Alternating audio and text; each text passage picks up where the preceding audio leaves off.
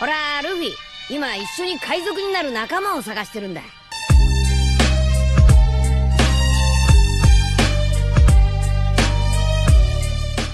Hello guys, welcome to my channel The Wandering Zoro, your go-to destination for anime-related content. And if you're new here, don't forget to hit that subscribe button and turn on notifications so you never miss out on our latest videos. In today's video, we're going to be diving into this series, so be sure to stick around until the end, and let's get started. Name: Izuku Midoriya. Alias: Deku former, the Blacklight Nomu, Havoc rumored. Age: 16 to 17 at time of imprisonment. Affiliation: former UA student/hero in training. Currently unaffiliated, anti-hero/antagonist to Hero Society. Background: once a hopeful hero in training at UA High, Izuku Midoriya believed in heroes more than anyone. His life is destroyed in a single day when a forged video from the League of Villains frames him as a traitor. Branded a criminal by the people he trusted, friends, teachers, and pro-heroes, Izuku is condemned without a fair trial and sent to Tartarus, the most secure prison in Japan. Experiment and transformation. In Tartarus, Izuku is handed over to a scientist secretly funded by All for One. Used as a living test subject, he becomes the core of a new Nomu project powered by the Blacklight virus. The experiment is designed to erase his identity and turn him into a controllable weapon. However, Izuku is unbreakable, refuses to give in. Instead of destroying him, the Blacklight virus bonds with him, merging his mind and body with its monstrous potential.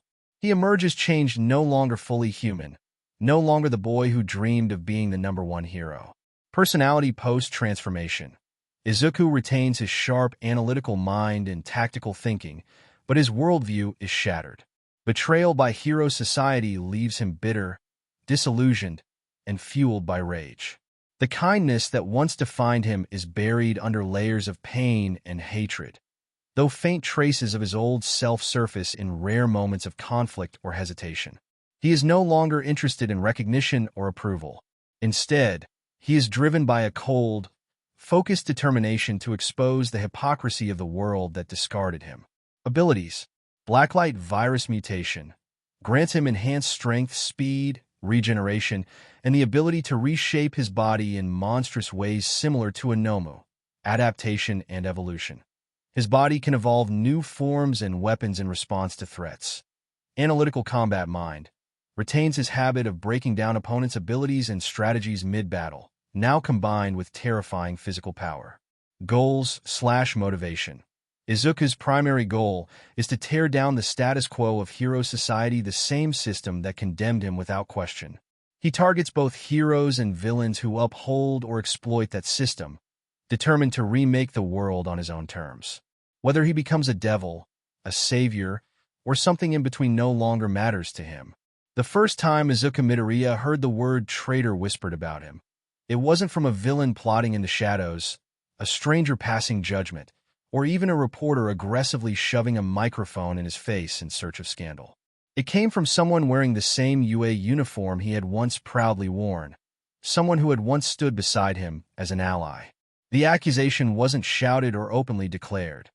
It floated up through the uneasy murmur of the crowd, soft and hesitant, as though the speaker regretted letting it slip. The word was quickly swallowed, as if everyone hoped it hadn't truly been said aloud. But Izuku heard it. He couldn't ignore it. The syllables pierced through the haze, clouding his mind, cutting deeper than the physical pain of his bruises or the relentless ringing in his ears from the recent battle. Traitor. The word echoed in his thoughts, a cruel reminder of how drastically things had changed.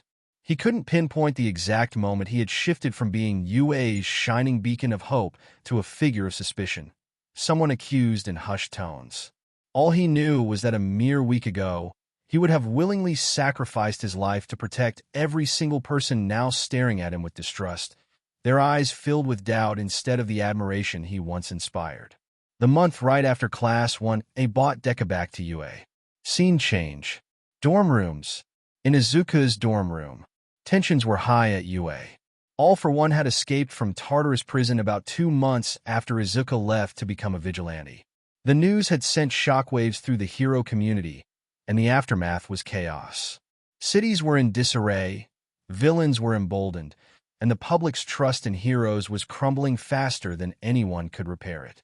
Streets that once felt safe even after dark were now empty by sundown, shutters drawn and doors double-locked.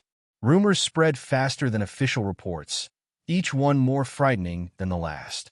Now, things felt even worse. A suffocating sense of dread hung in the air, heavy and unrelenting. UA itself, once a symbol of unwavering hope and stability, felt different too.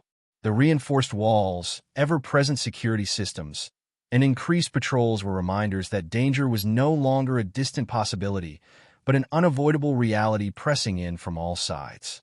The laughter that used to echo through the hallways between classes had grown quieter, shorter, almost forced.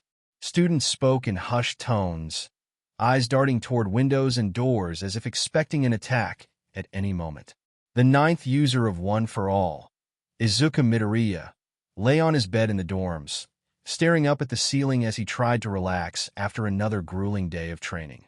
His muscles ached, his mind was a whirlwind of thoughts, and his heart felt like it was carrying the weight of the world. Sweat still clung to his skin from drills that pushed him to the brink. Speed runs, power tests, coordinated combat scenarios meant to simulate the kind of all-out war they were preparing for. Every mistake, every misstep, replayed in his head on a relentless loop. He, along with all of Class 1A, knew a war was coming, a final, decisive war between villains and heroes. That knowledge sat heavily on his chest, a constant pressure that never really went away, no matter how hard he tried to distract himself. Every time he closed his eyes, he saw the faces of people he cared about, his classmates, his mother, All Might standing on a battlefield that stretched into darkness. And somewhere in that darkness, All for One was waiting. He took a slow breath, watching the faint shadows of the ceiling fan blades cutting across his vision. Sleep never came easily anymore. His body was exhausted, but his mind refused to rest. Plans, contingencies, worst-case scenarios, each one lined up neatly in his thoughts, analyzed and reanalyzed, as if careful planning alone could guarantee that no one would die. But lately, something else had been gnawing at him, a different kind of unease that he couldn't quite put into words. It was subtle at first, so easy to wave away in the chaos of training and patrols, but now it was impossible to ignore. He couldn't help but notice how strangely everyone around him was acting. His classmates, his closest friends, even the teaching staff, and All Might Sensei himself seemed off. Their smiles didn't quite reach their eyes anymore, as if they were plastered on for his benefit. Conversations would abruptly stop the moment he walked into a room, leaving an awkward silence in their wake. Glances were exchanged, fleeting and full of meaning, whenever they thought he wasn't looking. It was as though they were all in on some secret he wasn't privy to. It started small. He would enter the common room and see Kaminari and Kirishima hunched over the table, talking in low voices, only for them to jolt upright and force a laugh the second they noticed him. Achiko and Tsuyu would be whispering near the kitchen, their expressions tight, until they caught sight of him and quickly changed the subject to homework or chores. Even Ida, who normally spoke to him with earnest clarity, had begun pausing before he answered certain questions, as if carefully weighing his words. At first, Izuku told himself it was nothing. Everyone was under pressure. Everyone was tired. Everyone was scared. But then came the staff. Aizawa-sensei's gaze lingered on him longer than usual during training, not with the usual mix of expectation and guarded approval, but with something harder to read, calculating, maybe, or wary. Present Mike had stopped trying to crack jokes at his expense during class. Midnight seemed more subdued. Even Recovery Girl's usual scolding when he pushed himself too hard felt distant, perfunctory. And All Might. Izuku swallowed, his chest tightening as he remembered the way All Might had looked at him earlier that day. The former #1 hero had forced a smile, the edges trembling just a little, his eyes shadowed in a way Izuku couldn't remember seeing before. They'd spoken briefly outside the training grounds, the conversation light on the surface, progress updates, reassurances, the kind of talk they'd had countless times before. But under All Might's words, there had been something else. Hesitation. Guilt. Midoriya shonen, He'd said, "You're doing your best. That's all anyone can ask of you." It should have been reassuring. It wasn't. Now, alone in his room, Izuku replayed that moment over and over. All Might hadn't met his eyes the entire time. He shifted on the bed, rolling onto his side to stare at the wall where he'd pinned up old All Might posters and training notes. The bright, heroic smile of his idol gleamed down at him from the glossy paper, untouched by doubt or fear. For a moment, Izuku wished he could step back into the past, back to a time when All Might's smile made everything feel simple, when villains were just obstacles to overcome and not symbols of a crumbling world order. But those days were gone, and pretending otherwise was foolish. He pressed his forehead against his pillow, fingers twisting into the fabric as the unease twisted in his gut. It wasn't just nerves. It wasn't just the pressure of the coming war. This felt different, personal. Even in the little things, the shift was obvious. Bakugo had stopped picking fights with him entirely. There were no snide remarks, no explosions in the training yard meant to push him harder. Instead, Bakugo watched him sometimes with a furrowed brow, jaw clenched, as if holding back words he refused to say. Todoroki, who used to spar with him regularly, now seemed to avoid one-on-one sessions, always suggesting group drills instead. Meals in the dorm cafeteria had turned into quiet, uncomfortable affairs. When Izuku sat down, conversations bent around him like a stream parting around a rock. People would talk to him, yes, but it felt curated, as if every topic had been carefully chosen to stay on the surface: training, homework, patrol routes, never anything deeper.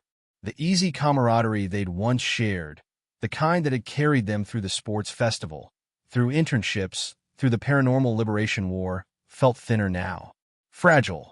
Izuku tried to convince himself it was just the stress, that everyone was feeling the immense pressure as the world teetered on the brink of chaos. After all, how could anyone be expected to act normally when the stakes were this high? He reminded himself that his friends had gone to great lengths to bring him back when he tried to shoulder everything alone. They'd chased him, fought beside him, refused to let him carry one for all and the entire fate of the world on his own. They cared, he knew they did. So, why did it feel like there was a wall between them now? He turned onto his back again, staring at the ceiling until his vision blurred. A part of him wanted to get up, march into the common room, and demand answers. To ask them outright. Did I do something wrong? Did something happen? Why won't you talk to me? But another part of him, the part that had grown used to enduring in silence, held him in place. What if he was imagining it? What if bringing it up made things worse? What if they did tell him, and he didn't like the answer? His mind, ever analytical, began to catalog possible explanations. Maybe Nizu had given them new orders he wasn't allowed to know about. Maybe Aizawa had instructed the class to keep their distance for some tactical reason. Maybe there was some new development involving one for all or all for one that the staff were still investigating. Or maybe the thoughts surfaced unbidden, cold and unwelcome. Maybe they didn't trust him anymore. Izuku's breath hitched. He immediately tried to push the idea away. It didn't make sense. They'd fought for him, believed in him, saved him from himself. They told him over and over that he wasn't alone. He clung to those memories, their hands reaching out to him, their voices calling his name through the rain and rubble. Those moments were proof. They had to be. And yet, the feeling lingered, a deep, gnawing suspicion that something was very, very wrong. It sat in his chest like a stone, refusing to budge, no matter how much he rationalized or how fiercely he tried to trust in the bonds they'd forged. He closed his eyes, listening to the muffled sounds of the dorm beyond his door, the distant hum of conversation, the soft footsteps in the hall, the faint clatter of dishes from the kitchen. Life was still going on out there. People were still laughing, still talking, still planning for a future that felt increasingly uncertain. Izuku stayed where he was, alone in the dim quiet of his room, with only his thoughts and that growing sense of wrongness for company. And the worst part was, he had no idea what it was. Zizi. Izuku jolted awake, heart pounding, as danger sense flared violently in his mind. The warning was sharp and urgent, but before he could fully process it, a deafening explosion erupted just outside his door. The force of the blast sent the door hurtling toward him like a missile. Reacting on instinct, Izuku activated Black Whip, the dark tendrils snapping out from his arms to yank him out of harm's way. He barely managed to evade as the door slammed into the wall behind him, leaving a deep, jagged-in dent in the plaster. Thick smoke began to seep into the room, curling ominously through the cracks and filling the air with the acrid stench of burning debris. Izuku's senses sharpened, his body tense as he prepared for whatever or whoever had caused the sudden chaos. AP shot. The blast tore through what remained of the doorway, the deafening explosion shredding the hinges and splintering the frame into jagged fragments that scattered across the floor like shrapnel. The concussive force reverberated through the walls, shaking the room violently and sending books, notebooks, and loose papers cascading from Izuku's shelves in a chaotic storm. Dust and smoke began to fill the air, curling thickly in the dim light and clawing at his throat with every breath. Bakugo. Izuku recognized the voice instantly, a sound etched into the very fabric of his being after years of shouting matches, grueling training sessions, and battlefield commands barked in the heat of combat. But there was something different now, something sharper, harsher, stripped of the begrudging camaraderie that had slowly evolved into a strange, unspoken trust. This wasn't the voice of a rival or a reluctant ally. This was the voice Bakugo reserved for enemies. Izuku staggered to his feet, boots crunching on broken wood and drywall as his legs trembled beneath him. Black Whip flickered faintly around his arms, the dark tendrils pulsing with latent energy, ready to lash out at the slightest provocation. His heart hammered in his chest, each beat pounding against his ribs as danger sense buzzed incessantly, a relentless warning that set his nerves alight like a live wire. "Kachin?" he called, his voice cracking as he coughed against the acrid smoke curling around him. "What are you?" A silhouette emerged from the wreckage of the doorway, framed by the flickering emergency lights that struggled to illuminate the hallway beyond. Bakugo Katsuki stepped forward, his jaw clenched tight, eyes narrowed into cold, unforgiving slits. Small explosions sputtered and popped along his forearms, casting his face in stuttering bursts of light that danced across his hard-set features. The fury in his expression was palpable, a storm barely restrained. Behind him, Izuku caught a glimpse of other figures looming in the shadows of the hallway. Shapes clustered together, their outlines unmistakable even in the dim light. Uniform jackets, familiar forms. Class 1A. Izuku's throat went dry, his stomach twisting into a knot. "Don't move, Deku." Bakugo's voice cut through the crackling air like a blade, low and laced with a barely contained rage. "You twitch wrong, and I won't miss next time." Izuku froze, his hands hovering in midair, palms open in a gesture of surrender. "Bakugo, what's going on? Why did you?" "Shut up." Another voice interrupted, calm yet unyielding, slicing through the tension with surgical precision. Ida stepped forward, his polished glasses catching the faint glow of the hallway lights. His expression was grim, devoid of the usual earnestness that had always defined him. Instead, his face was set in a rigid mask of formal severity that made Izuku's chest tighten with dread. Behind him, Todoroki lingered, his presence as cool and inscrutable as ever. Heterochromatic eyes flickered briefly toward Izuku, unreadable and distant. A faint chill seeped into the already frigid air, emanating from his right side as frost began to creep along the floor, curling around the rubble and dust like an ominous warning. Achiko was there too, standing just a step behind them, her posture stiff and her hands clenched tightly at her sides. Her knuckles had turned ghostly white from the pressure of her grip, and though her lips pressed into a firm line, she couldn't bring herself to meet Izuku's gaze. "Ida?" Izuku's voice was raw, barely above a whisper. "Everyone, what's happening? Is this some kind of drill?" "This is not a drill, Midoriya." A new voice answered, deep and steady, carrying an authority that silenced the room. Aizawa stepped forward from the shadows farther down the hall, his movements deliberate and unhurried. His scarf swayed lightly behind him, and his perpetually tired eyes were shadowed with exhaustion. But there was something else there, something harder to define. It was a weight that Izuku had never seen before, a gravity that made his stomach churn. Trailing behind Aizawa were other staff members, their imposing forms filling the hallway. Cementos loomed like a monolith. Snipe's sharp gaze darted through the shadows, and Midnight stood subdued, her usual flamboyance replaced by a somber restraint. The sight of them all together should have been reassuring, but it wasn't. It felt wrong, incomplete. No All Might.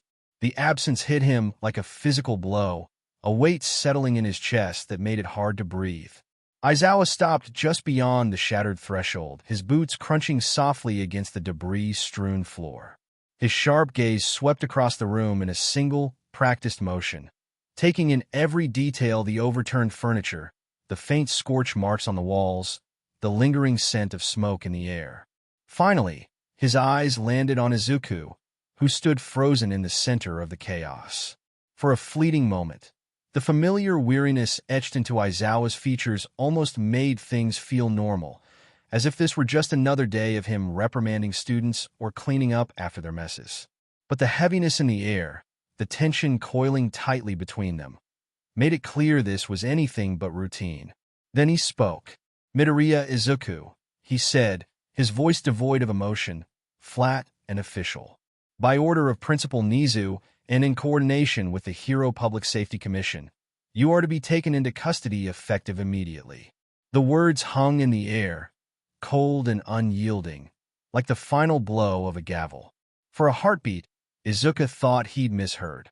The words echoed in his mind, sharp and alien. Taken into custody. It didn't make sense. It didn't fit here in his dorm room, in UA, the place that had become surrounded by the people who had once risked everything to pull him back from the edge. That kind of language belonged in police reports, in villain arrests, in the dry, detached legal statements he'd heard on the news. Not here. Not directed at him. For a split second, some small, desperate part of him clung to the hope that he'd misinterpreted it. That this was a drill or some twisted joke, or a badly phrased warning about something else entirely. But the way the words hung in the air, heavy, unyielding, suffocating, told him the truth. There was no misunderstanding. His throat worked soundlessly as he tried to speak, but his voice betrayed him, catching in the tight knot of panic rising in his chest. Nothing came out, only a strangled wheeze of air and the faint, humiliating rasp of someone on the edge of breaking. Bakugo's gauntlet hissed softly, the chemical reaction of sweat and nitroglycerin creating a low, menacing sound that filled the cramped space. His arm was half raised, still pointed in Izuku's direction, as if he didn't fully trust that the threat had passed. His fingers twitched, as though he was fighting the urge to fire off another blast, just to drive the point home. The faint smell of burnt metal and smoke lingered in the air, suffocating and acrid, blending with the dust from the shattered doorway and the lingering scent of cheap dorm soap and instant ramen. The room that had once been his refuge was unrecognizable. Chunks of plaster littered the floor. Splinters of the door lay scattered like bones, edges blackened from the blast. His All Might posters, some torn, others hanging loosely from one corner, fluttered in the disturbed air, their smiling, triumphant faces warped in the flickering emergency lights. A cracked notebook lay near his feet, pages splayed, filled with neat, obsessive handwriting about quirks and heroes and everything he'd ever wanted to become. "Sensei," Ida's voice cut through the tension like a blade, clipped and precise, though the tremor at the edges betrayed his unease. "Shall we proceed as planned?" "As planned." The words hit harder than any explosion. Izuku's heart sank further, dropping into some cold, hollow place inside his chest. This wasn't a mistake. It wasn't an overreaction or some cruel misunderstanding that would be cleared up once someone explained things properly. They had planned this. They had discussed it, decided it, and now they were acting on it. How long? How many days, weeks had they walked past him in the halls, trained with him, eaten beside him in the cafeteria, all while knowing this was coming? Aizawa's gaze didn't waver, his dark eyes boring into Izuku with an intensity that felt like it could peel back his skin, exposing every secret he'd ever tried to bury. The tired lines at the corners of his eyes seemed deeper than usual, carved in by sleepless nights and impossible decisions. "Yes, we move now. The more we delay, the higher the risk." "Risk? What risk?" What could he have possibly done to warrant this? The word echoed through Izuku's thoughts, bouncing off the inside of his skull. He latched onto it like a lifeline, as if understanding the logic behind it would somehow make this bearable. Risk meant calculation, numbers, probability. But all he could feel was raw, messy emotion. Izuku swallowed hard, forcing down the lump in his throat, and finally managed to push his voice through the suffocating tightness in his chest. Risk of what? Aizawa-sensei, what did I do? His question didn't just hang in the air, it shattered against the silence that followed. It was deafening, pressing in on him from all sides. The distant hum of the dorm's ventilation system seemed to grow louder, a dull, oppressive buzz in his ears. The faint crackle of Bakugo's explosions punctuated the stillness, a reminder of the threat lingering in the air. Someone shifted their weight in the hallway, the creak of the floorboards sounding like a gunshot in the charged quiet. No one answered. No one moved. The weight of their stares was unbearable, a silent judgment that crushed him from within.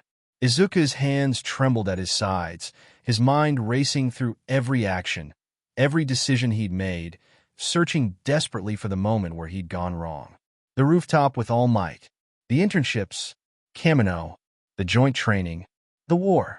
He flipped through memories like pages, frantic, searching for the one marked "this is why." But no matter how hard he tried, he couldn't find it. He couldn't understand. Todoroki's eyes met his for the briefest second. Something flickered their conflict, hesitation, guilt, but then it was gone, shuttered behind a cold, unreadable mask. Frost was already spreading along the hallway floor from his right side, intertwining with the dust and debris of the obliterated doorway, creeping slowly toward the threshold of Izuku's ruined room like a quiet, encroaching tide. Midoriya, Aizawa said, his tone as level as ever, this will go much more smoothly if you cooperate. Don't activate any more quirks. Don't resist. Izuku stared. The words felt distant, like they were being spoken underwater. Cooperate with what? I don't even know what's happening. His voice cracked, louder than he intended, bouncing harshly off the ruined walls. Why is everyone acting like I'm? Danger's sense flared again, sharp and insistent, like a spike driven through the center of his skull. He flinched, instinctively tensing, but no explosion followed this time. No new attack. No incoming threat he could see. Yet the buzzing didn't fade. It intensified. It crawled under his skin, prickling at the base of his skull, making the world tunnel and sharpen all at once. His vision edged with a faint, throbbing red as the quirk continued to scream silently in the back of his mind. His breath hitched. Danger Sense had never reacted like this to his friends before, not even when Bakugo was actually trying to blow him up during training. It never cared about bruises from sparring matches or the sting of a competitive blast. This wasn't the familiar, chaotic hum of a spar. This was the focused, suffocating pressure he felt in the presence of true, lethal intent. The kind he'd felt on battlefields. The kind he'd felt with Shigaraki. With All For One. His friends. His teachers. The people standing in his doorway were triggering Danger Sense. Sensei, Izuku whispered, his eyes wide with alarm. Why is my quirk warning me about you? That single question sent a ripple through the group in the hallway, shaking their composure in a way nothing else had yet. Kaminari shifted uneasily, his usual carefree demeanor replaced by visible discomfort. His hands twitched near his pockets, as though he wanted to reach for something, maybe his phone, maybe nothing at all, just to have something to do. Ciro's shoulders tensed, his body rigid with unease. Tape dispensers at his elbows angled subconsciously in Izuku's direction. Mina's hand flew to her mouth, her wide eyes shimmering with unshed tears, acid pink cheeks pale. Even Tokoyami, usually the epitome of calm, seemed unsettled, with dark shadow curling protectively around him in a defensive stance, its amorphous form bristling with barely contained tension. Achiko took a hesitant step forward, only to falter and stop. Her conflicted gaze flickered with unspoken emotions, fear, guilt, something that might have been regret, before she dropped her eyes to the floor, unable to meet his. Her hands hovered uselessly at her sides, fingers twitching as if longing to reach out and grab him, to drag him away from all this but staying frozen. Bakugo, as always, broke the silence with a snarl. That freaky spidey sense of yours is reacting to the situation, nerd. We blow up your room and surround you with half the staff. Of course, it's gonna twitch. His lip curled in irritation. Don't twist this into something it's not. Despite Bakugo's harsh words, a knot of unease twisted in Izuku's stomach. On the surface, what Bakugo said made sense.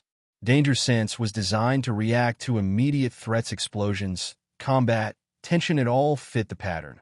It should have been enough. He wanted it to be enough. But this wasn't the same. This time, it wasn't the environment triggering his quirk. It wasn't the aftermath of a stray attack or the collateral risk of a chaotic situation. Danger Sense was screaming at him about intent.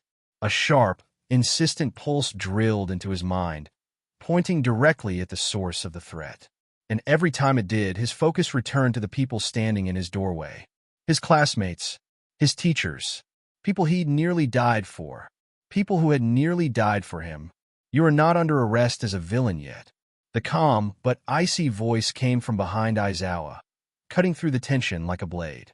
The tone carried a bureaucratic weight that made Izuku's skin crawl. The kind of voice that had decided the fates of countless people with a pen stroke and called it policy. A woman stepped forward, her heels clicking sharply against the floor with each step. She was dressed in a tailored dark suit, complemented by a reinforced vest bearing the insignia of the Hero Public Safety Commission. Her hair was tied back into a severe, immaculate knot, not a strand out of place. Glasses perched on her nose reflected the harsh glare of the emergency lights, obscuring her eyes and adding to her cold, detached demeanor. Everything about her screamed control, order, authority. Izuku recognized her type immediately.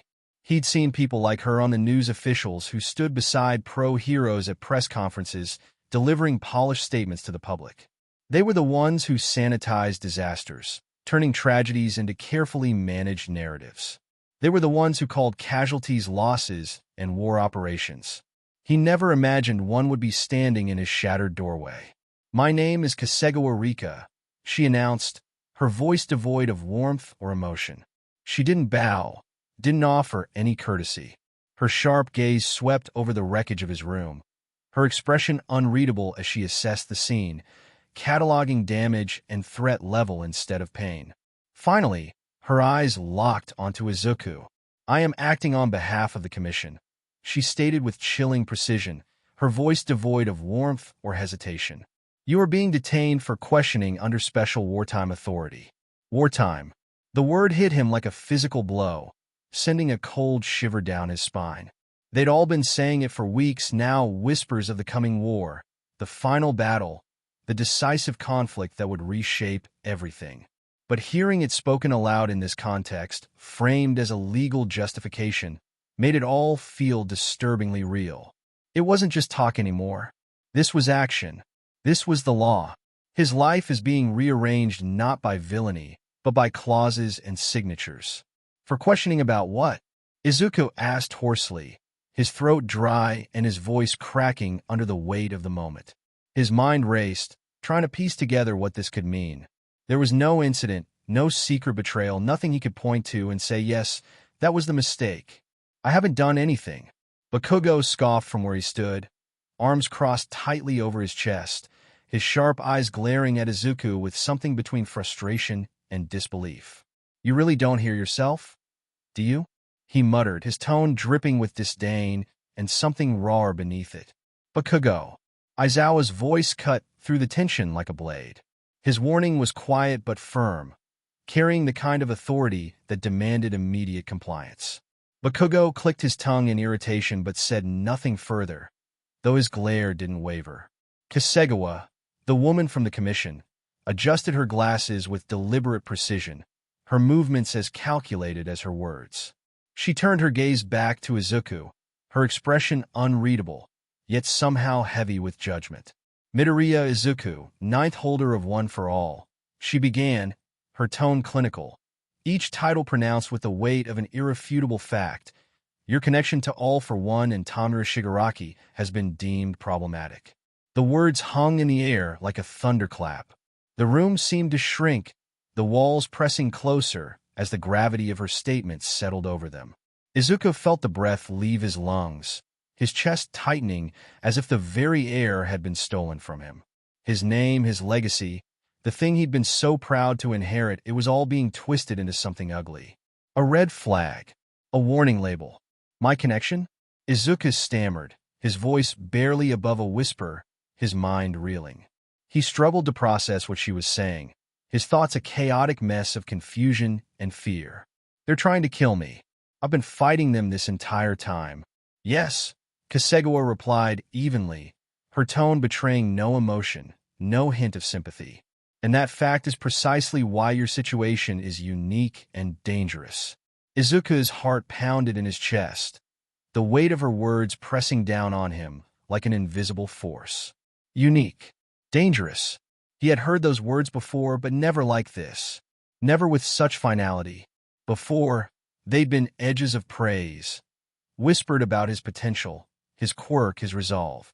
Now they sounded like a verdict.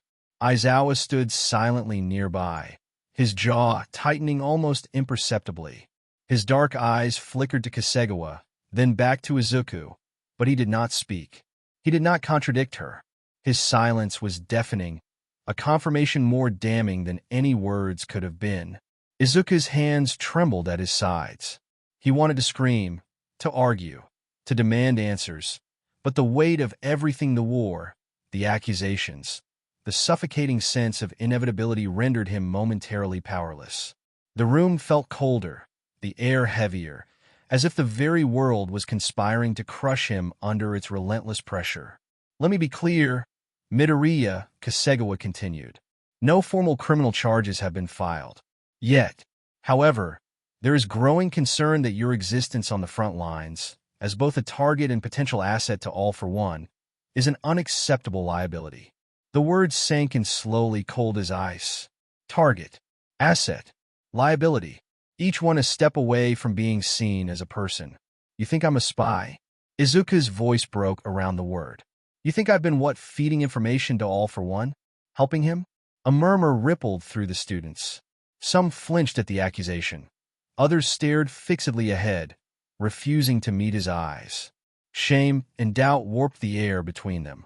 That's not how I would phrase it, Kasegawa said, her voice sharp yet measured, cutting through the tension in the room like a blade.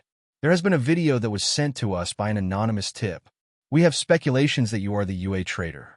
The word traitor seemed to reverberate inside his skull. For a heartbeat, he was back in the rain, alone, hunted, that label already whispered by strangers who didn't know him. Now it was here, in his home, spoken by someone with the power to make it real. Izuku's mind raced, his thoughts spiraling in a chaotic storm. The hospital, the battlefield, the way Shigaraki's gaze had locked onto him across miles, as if drawn by some invisible force. The moment his body had moved against his will, compelled by a power that wasn't his. The dreams, no. The visions where he'd stood on that desolate plain and felt All for One's presence breathing down his neck, invading the sacred space of OFA's mindscape. It all swirled together, forming a picture that he didn't want to believe but couldn't entirely deny. Those weren't leaks, Izuku said, shaking his head, his voice trembling with desperation. He's connected to me through One for All. He's trying to take it from... Yes, Kasegawa interrupted, her tone firm and unyielding, as if she'd been waiting for him to make this exact admission. Exactly. You are the bridge between the last remaining power that can stop All for One and All for One himself. She took a deliberate step closer, her shadow spilling across the floor like an ominous tide, creeping toward him. Her presence felt suffocating, like the walls were closing in, the air growing heavier with every word she spoke. That makes you, by definition, the greatest potential breach in our defenses. Izuku's throat tightened, and a bitter taste filled his mouth.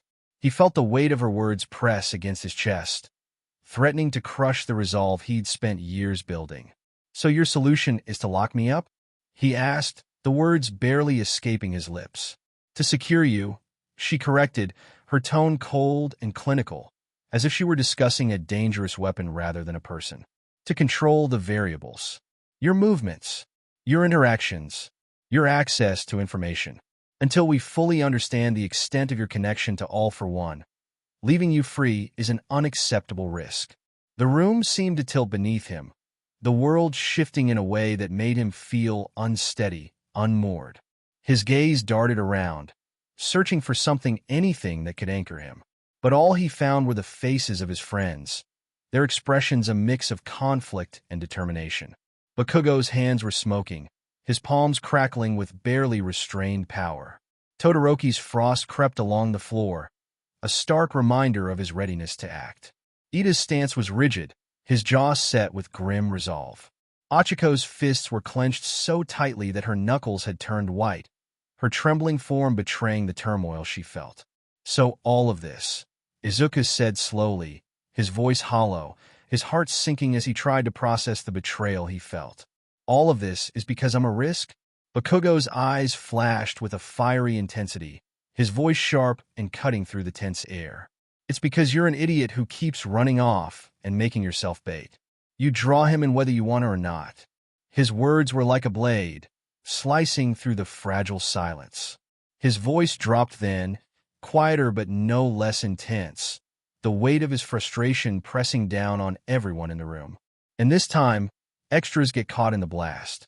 Achiko flinched, her hands curling into fists at her sides as if trying to steady herself against the blow of his words. Her chest tightened, but she said nothing, her gaze dropping to the floor.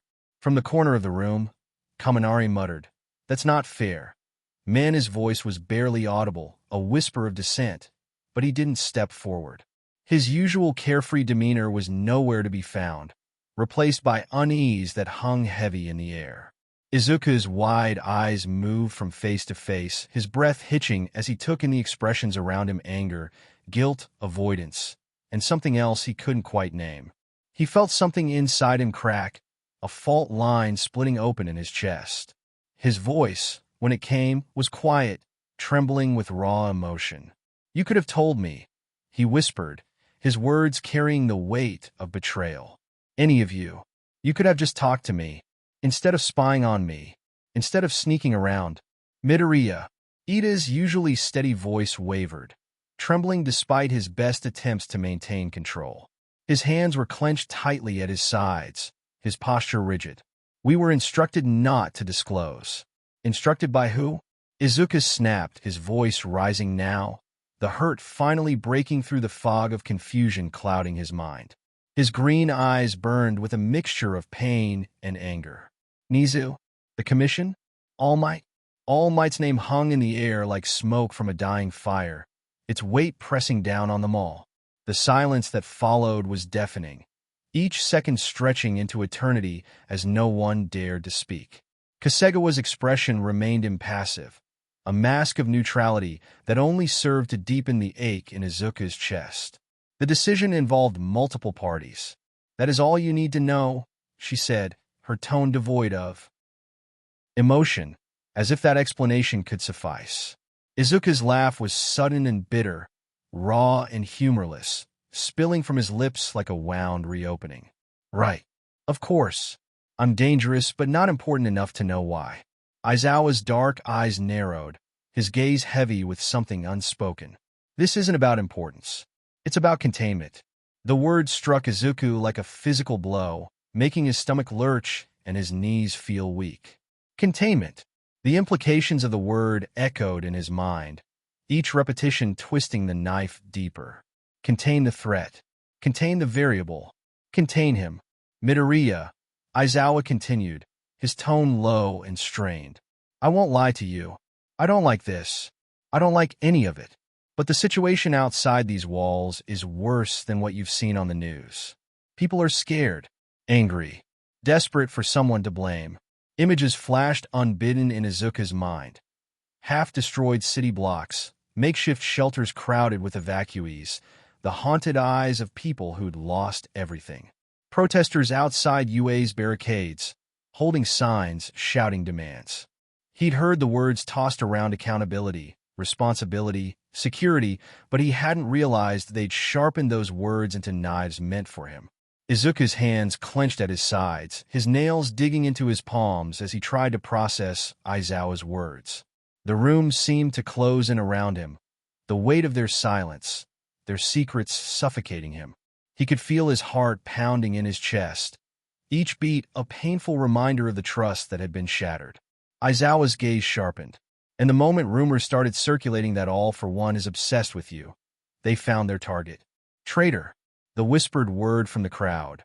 The way people had begun to look at him like he was a crack in the dam, holding back a tidal wave, all of it clicked together with a sickening clarity. The commission has received multiple requests, Kasegawa said blandly, from hero agencies and civilian councils alike, to explain the Midoriya situation. Why is one boy allowed to carry such power, such risk, with so little oversight? Izuku's fingers curled into fists at his sides. His nails bit into his palms hard enough to sting. So you're going to parade me in front of them? He asked. Show them the dangerous weapon you've got on a leash? Better a leash than a roaming threat, Kasegawa replied without hesitation. The room went silent. Bakugo's stare burned into the side of Izuku's face. Shut up and come quietly, Deku. There was a raw edge beneath the anger now, something almost like fear. They're doing this with us here, at UA, with Eraserhead and the others watching. You think it'll be better if you push back and make them drag you out like a villain? Every instinct in Izuku screamed at him to move, to run, to fight. Danger sense was still howling in his skull, urging him to escape, to get away from the converging threat closing in on him from all sides. He could feel Black Whip itching under his skin, coiled and ready, eager to respond to his fear like it always did. But these weren't nameless enemies. They were his classmates, his teachers, the people he had fought alongside, laughed with, cried with, and trusted with every fiber of his being. And now, they stood before him, their faces etched with worry, doubt, and something that cut deeper than any blade fear. Fear of him. He looked at Achiko. Her eyes shimmered, her shoulders rigid, as though she was holding herself together by sheer willpower alone. Her lips were pressed into a thin line, trembling slightly, but she didn't say a word. The silence between them was suffocating. He looked at Ida. His jaw was clenched so tightly it trembled, his usual calm and composed demeanor nowhere to be found. His hands were balled into fists at his sides, the faintest quiver betraying the inner turmoil he was trying so hard to suppress.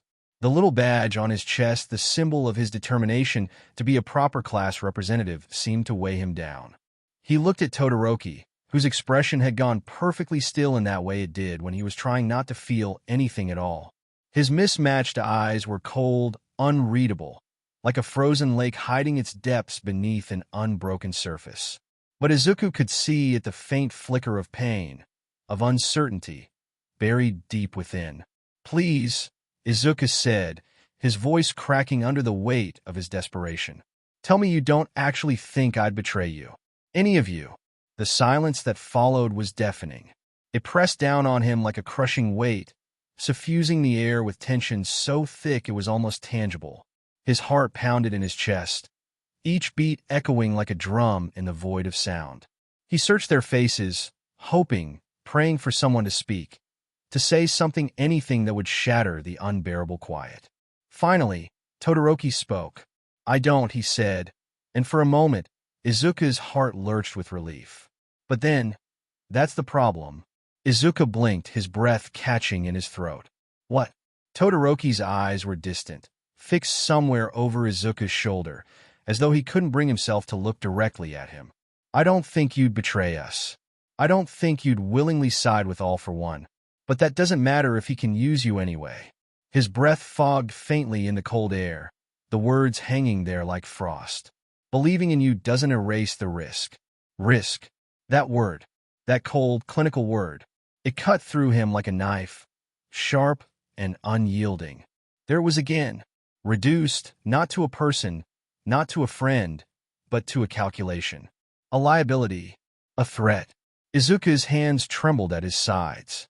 He wanted to scream, to cry, to demand how they could see him this way after everything they'd been through together. But the words caught in his throat. The weight of their silence, their hesitation, was louder than any accusation could ever be. "I'm not." His voice faltered, and he swallowed hard, trying again. "I'm not a weapon. I'm not some tool for him to use. I'm me. I'm your friend. Doesn't that mean anything?" Achiko's lips parted as though she wanted to speak, but no sound came out. Ito looked away, his jaw tightening even further. And Todoroki just stood there, his expression as unreadable as ever. The silence stretched on, and Izuku felt something inside him crack. A fissure, small but deep, was spreading through his chest like a fault line. He realized, with a sinking dread, that no matter what he said, no matter how much he believed in them, there would always be a part of them that doubted, that feared, and that hurt more than anything all four one could ever do to him. Kasegawa stepped aside, creating a narrow pathway through the bodies clogging the hallway. "Midoriya, Izuku, you will come with us. You will be transferred to a secure location for evaluation and monitoring until the conclusion of current wartime operations against All for One and Tamura Shigaraki." Secure location. The euphemism scraped against his nerves. "Where?" Izuku asked numbly, his voice barely above a whisper, as if speaking louder would make the answer more real. Kasegawa didn't answer immediately. Her lips pressed into a thin line, her gaze flicking just for the briefest heartbeat toward Aizawa. It was subtle, almost imperceptible, but Izuku caught it. A silent exchange, a decision made without words. Aizawa's expression was unreadable, but the tightening at the corners of his eyes betrayed him. He exhaled slowly, as though bracing himself for what he was about to say. "Tartarus," he said quietly, the single word heavy with finality. The name hit like a hammer to Izuku's chest, knocking the air from his lungs. His knees nearly buckled under the weight of it. Tartarus. The prison. The place where nightmares were locked away. The place where All for One had been kept. Where villains were buried alive in concrete and steel and silence. No. The denial tore from his throat, raw and desperate, before he could even think to stop it. You can't be serious. That's where they kept All for One. That's where monsters go. Tartarus is under partial reconstruction and repurposing after the breakout," Kasegawa replied, her tone calm, measured, as though she were explaining a simple logistical matter. "Its isolation and existing containment measures make it the only facility currently capable of holding a subject like you safely." Subject. The word echoed in Izuku's mind, sharp and cold, cutting deeper than anything else she had said. His breath hitched, his chest tightening as he stared at her. The world seemed to shrink, narrowing to a suffocating tunnel around her composed, unshakable face. "I'm not a subject," he whispered, his voice trembling, barely audible over the pounding of his own heartbeat. "I'm a hero student. Not tonight. You're not," Bakugo muttered under his breath, his voice low but biting. Izuku's head snapped toward him, his eyes wide with disbelief. "Kaken," he started, his voice cracking on the name. "You can't possibly think this is right." Bakugo didn't meet his gaze. His arms were crossed tightly over his chest, his jaw clenched. "Doesn't matter what I think, nerd. It's not up to me." Izuku's hands curled into fists at his sides, his nails digging into his palms. He turned back to Kasegawa, his voice rising, trembling with emotion. "There has to be another way. I'm not dangerous, I'm not like them. I'm not." "This isn't about what you are," Kasegawa interrupted, her voice firm but not unkind. "It's about what you could become. Until we can be certain, we have to take every precaution." Izuku felt his stomach drop, a cold, hollow ache spreading through his chest. He wanted to scream, to argue, to fight, but the words caught in his throat. He looked to Aizawa, his teacher, his mentor, the man who had always believed in him, always fought for him. "Aizawa-sensei," he pleaded, his voice breaking. "Please." Aizawa's gaze softened, just for a moment, but his expression remained resolute. "I'm sorry, Midoriya," he said quietly. "This is for your safety. And everyone else's." Izuku staggered back a step, as if the words had physically struck him. His vision blurred, his mind racing, searching desperately for anything that could change their minds. But all he found was the cold, unyielding truth staring back at him. The buzzing in his skull ramped up, danger sense clawing at his nerves, begging him to do something, anything. Run, break through, leap out the window, wrap himself in black whip, and vanish into the night as he'd done before. But the last time he'd run, they dragged him back, kicking and screaming, his desperation echoing in the corridors like a wounded animal. The last time he'd tried to shoulder the burden alone, they'd bled for him his friends, his mentors, his family. They'd paid the price he should have borne, and the guilt of it still gnawed at him like a relentless tide. He couldn't do that to them again. He wouldn't, could he? Midoriya, Aizawa said, his voice low and strained. For the first time that night, something like raw exhaustion cracked through the professional mask he always wore. His shoulders sagged under the weight of the moment, his dark eyes heavy with unspoken grief. Look at me. Izuku forced his eyes up, though it felt like lifting a mountain. His gaze met Aizawa's, and what he saw there made his chest tighten. This wasn't just about him anymore. This was about a world unraveling, a system collapsing under its own fear. This isn't fair, Aizawa continued, his voice quieter now, almost gentle. It isn't right, but it's what's happening. If you cooperate, I can argue for supervised visits, limited contact, and input on how you're handled. I can fight for you. But if you resist, if you fight back, they'll cut us out of the process entirely. Do you understand? A cold, leaden weight settled in Izuku's stomach, heavy and immovable. The words echoed in his mind, each one sinking deeper than the last. He understood. They had him cornered not just physically, but morally. They weren't giving him a choice, not a real one. Any move he made, no matter how small, would be twisted into proof that the Commission was right to fear him. Any protest, no matter how justified, would become evidence of instability. His fingers curled in a fist at his sides, trembling ever so slightly. He hated this. He hated how powerless he felt. What about All Might? Izuku asked, his voice small and fragile, like a child seeking reassurance in the dark. What does he say about this? Another silence followed, deeper and heavier than the ones before. It stretched out between them, suffocating in its weight. Kasegawa's lips pressed into a thin, grim line. Yagi Tashinori has been informed. That's not what I asked, Izuku said quickly, his voice sharper than he intended. The words came out like a whip crack, surprising even himself. Aizawa closed his eyes for a moment, his jaw tightening as if bracing himself for the blow of his own response. When he opened them again, they were filled with a sorrow so profound it made Izuku's heart ache. All Might isn't here, Midoriya, Aizawa said, his tone soft but unyielding, like steel wrapped in velvet. He didn't have to say the rest. He isn't stopping this. Something. Inside, Izuku folded in on itself. He stood there in the ruins of his dorm room, surrounded by the faces of people he loved, and realized that for all their proclamations that he wasn't alone when the Commission had come knocking, they'd stepped aside. Traitor. The word whispered again in the back of his mind. Not from the crowd this time, but from somewhere deeper. Softer. The traitor wasn't him. It was the gap between what heroes promised and what they did when fear came calling. Fine, Izuku said. The words scraped out of his throat like broken glass. He let Black Whip fade completely, his arms falling limply to his sides. I'll go. Relief flickered across several faces in the hallway, too quick, too raw to be hidden. Shoulders dropped. Tension bled out in tiny, betraying exhales. But hear me, he added, forcing his voice to steady even as his hands shook. When this is over, when All for One is gone, when Shigaraki is stopped, you're going to look back on this night and realize what you did.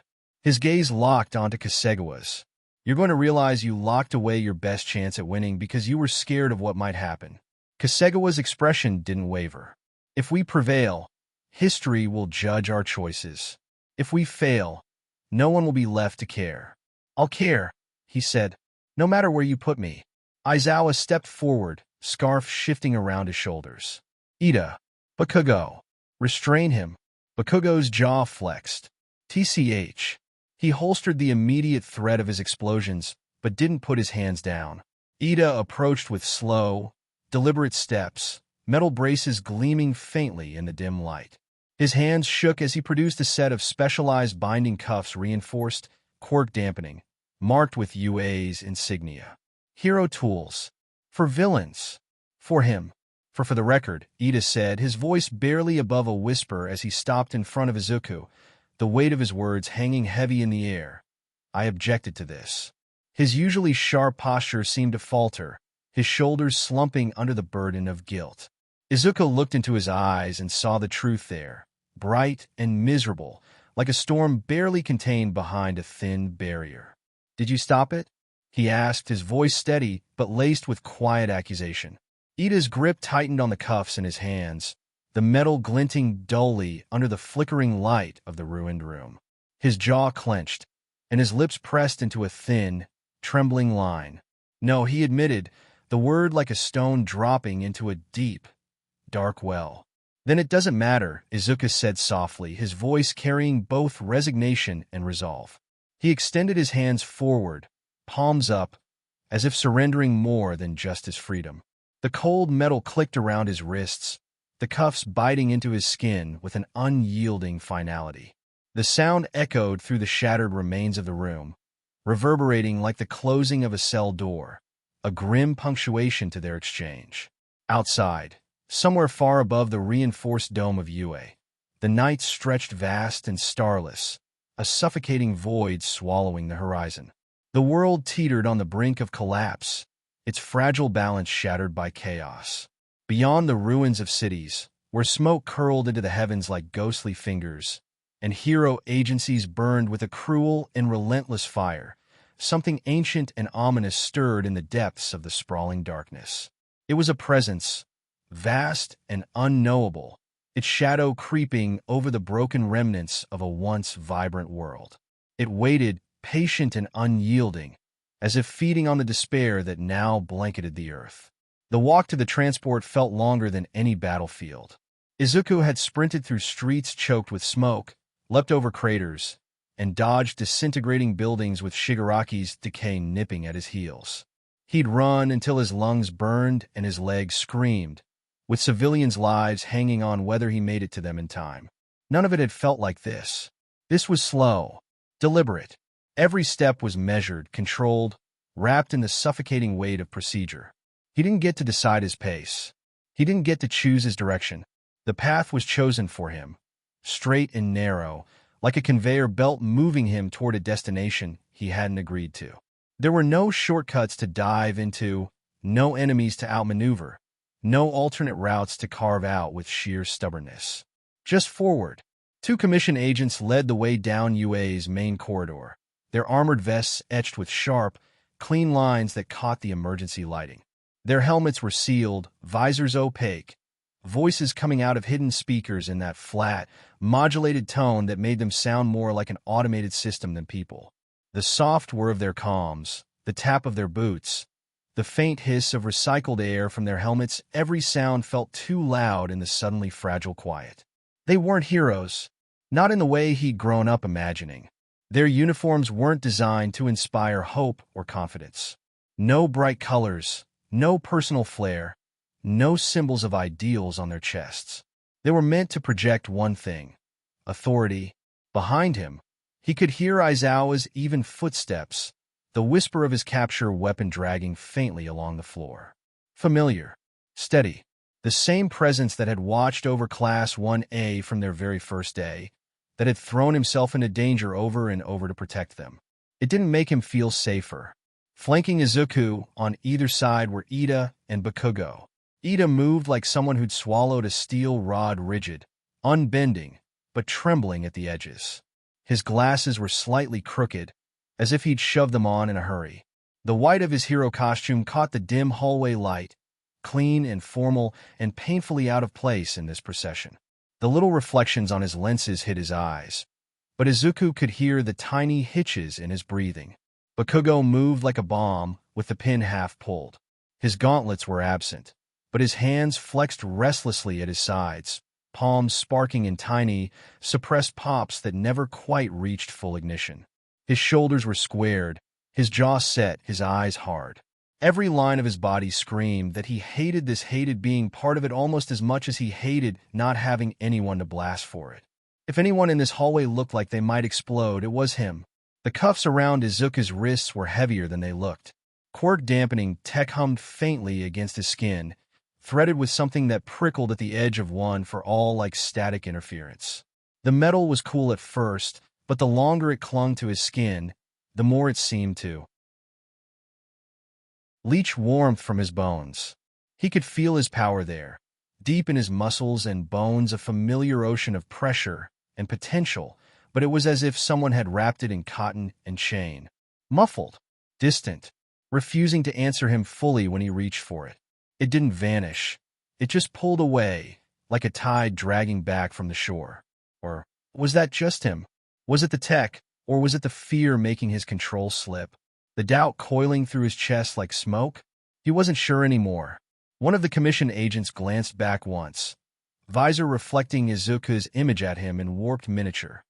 Green hair, freckled face, eyes too wide, metal glinting at his wrists. Subject. Students lined the hallway in clusters, some in pajamas, others half-suited in hero costumes hastily thrown on. Sleep-tousled hair, loose slippers, half-zipped jackets, little signs that they'd been dragged out of beds and study sessions by panicked warnings and hushed announcements.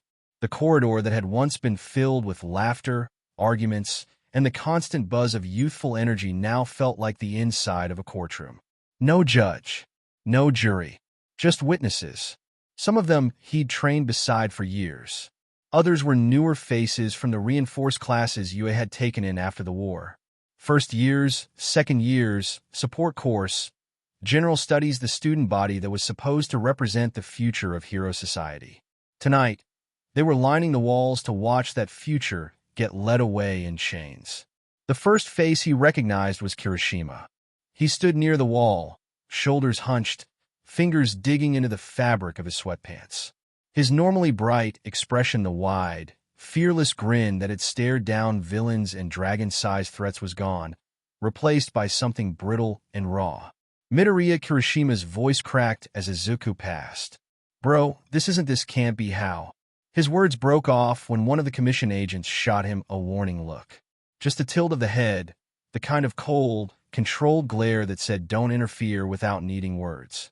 Kirishima's jaw clenched, his hands balled into fists, knuckles whitening even without hardening. For a second, Izuku saw the man who'd thrown himself in front of attacks, who'd shouted about being manly and unbreakable. He didn't move. He didn't rush forward to stand in the way. He didn't throw himself between Izuku and the agents as he had once thrown himself between civilians and Gigantomachia's path. He just stood there. Mina stood beside him, eyes red-rimmed, her bubbly pink features drained of color. Her hair drooped, curls flattened like they'd lost their usual spring. Her hands twisted in the hem of her oversized shirt, acid-resistant gloves hanging from her pocket, useless. When Izuku's gaze brushed hers, she flinched like she'd been burned. "Sorry," she mouthed.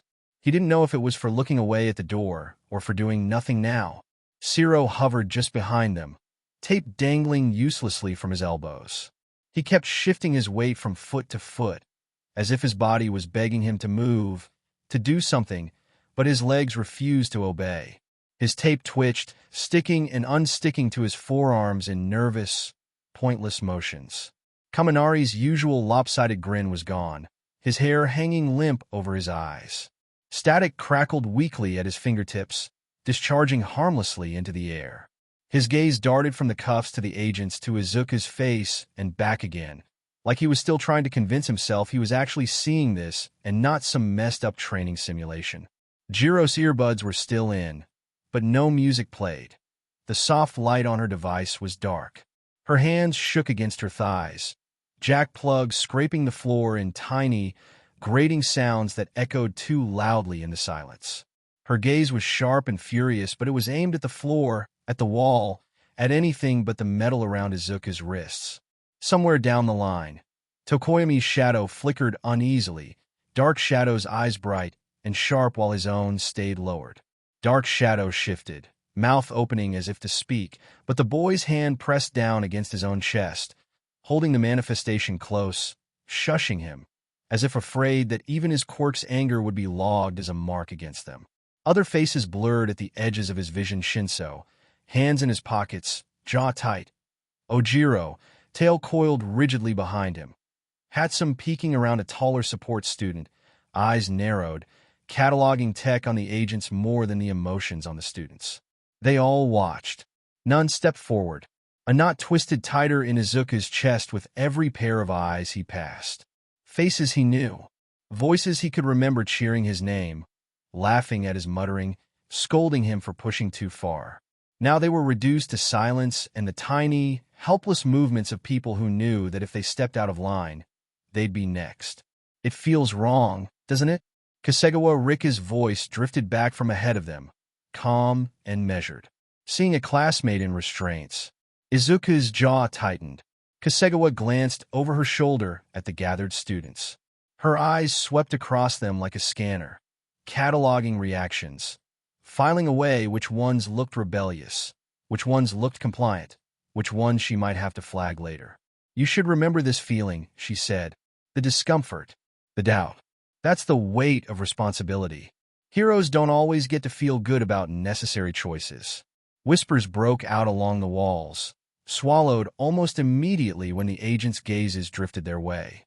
A few students flinched back as if the visors could fire. Aizawa's voice cut through the tension. Spare them the lecture, he said, voice low. They've already seen enough. On the contrary, Kasegawa replied. They're finally seeing the part of hero work no one advertises. Aizawa didn't answer.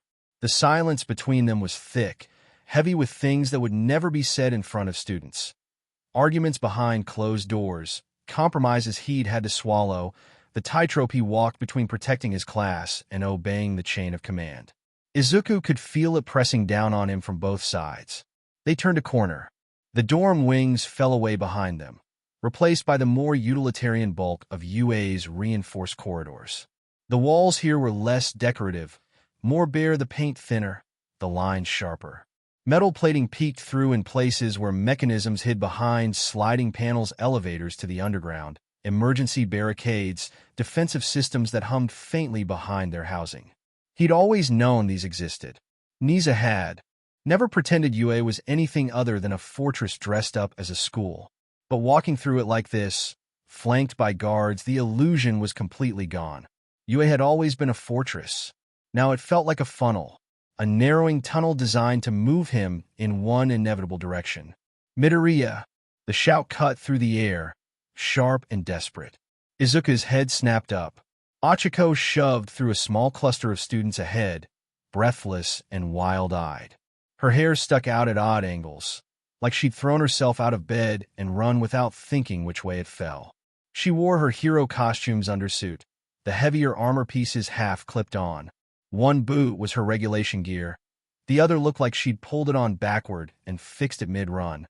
Two support staffers tried to hold her back, hands gripping at her arms and shoulders. They failed the way people always failed when they try to hold back a tidal wave. She barreled past them, boots skidding on the polished floor as she came to a stop in front of the procession. Kasegawa halted with a faint sigh, like someone patiently indulging a child throwing a tantrum in the middle of a solemn ceremony. Uraraka, Aizawa said quietly. Move. No. Her voice shook but didn't waver. She planted herself squarely in the middle of the hall, arms spread slightly as if she could physically block them by sheer will. Her cheeks were flushed, breath coming in short gasps. You can't just take him. It's already been decided, Kasegawa replied. Step aside, Ms. Uraraka. By who? Achiko demanded. By some commission desk workers who never bled on a battlefield? By people who only ever saw him on screens? The words echoed harshly against the metal and concrete. Kasegawa's eyes cooled further, if that was possible. By those responsible for ensuring the survival of what remains of this country. You will not speak about them that way again. Achiko's hands shook at her sides. She looked like she was one breath away from using her quirk on the floor and sending the entire procession weightless just to buy herself time. Then they should come say it themselves, she shot back. Look him in the eye and call him a threat. A risk. Her voice caught, strangled around the next word. a thing to lock away. Izuku swallowed. Achiko, it's okay. No, it's not okay. She rounded on him, eyes blazing with something fierce and wounded. You don't get to say that this time. You always do that. You always accept whatever terrible thing gets dumped on you because you think you deserve it, or because it's necessary, or because it keeps other people safe. He flinched, because she was right.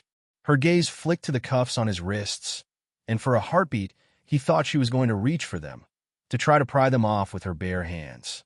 Instead, her fingers curled inward, nails digging into her palms until her knuckles turned white. This isn't like running off on your own, she said. This isn't some heroic sacrifice you decided to make. They're doing this to you. To us. Without even asking, Kasegawa tapped something on the device clipped to her wrist. Emotional appeals change nothing about risk assessments, she said. Stand down, or I will have you removed. Achiko's eyes flashed. Try. The word cracked like a whip. Aizawa stepped forward, cutting between them. Uraraka. His voice was firm but not unkind. The kind of tone he used when someone in class was about to step over a line that would have consequences he couldn't undo. Don't do this. Her lower lip trembled. Then you stop it, Sensei. You're Class 1A's homeroom teacher. You dragged him back when he tried to leave. You told us we were a team. Family. So why her voice broke? Why are you letting them take him like a criminal? Aizawa's face didn't change, but his eyes something fractured there, deep and weary.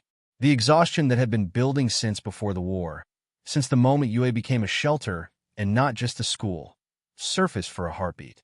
Because if I fight this, he said quietly, they'll do it worse. Achiko stared at him. If we resist, Aizawa continued, if we obstruct a commission-backed transfer, they'll call it interference. Harboring. They'll move jurisdiction away from UA entirely. That means no contact, no oversight, no protection. They'll bury him in a hole, and we won't even know where. A muscle in his jaw twitched. This way, at least, he's still reachable. Reachable. Like a tool on a shelf. Like a weapon in storage. Like a subject in a lab. The word echoed in Izuku's skull, bouncing off all the places where he'd once stored dreams about hero rankings and rescue stats and costume upgrades. Achiko shook her head, tears clinging to her lashes. That's not good enough. It isn't, Aizawa agreed. But it's what we have. For a long, breathless moment, no one moved. The entire hallway held still, the students, the staff, the agents. Even the hum of the lights and the distant thrum of UA's barriers felt quieter. Like the entire building was waiting to see which way this would go. Then Achiko's gaze snapped back to Izuku. I don't accept this, she said fiercely. You hear me? Even if you're going along with it, I'm not. I'll find a way to. Ms. Uraraka, Kasegawa cut in. I strongly advise you not to finish that sentence. The threat in her voice was subtle, but unmistakable. It was the kind of calm, practiced warning he'd heard given to villains on the verge of doing something that would guarantee a harsher sentence. Achiko's hands shook harder.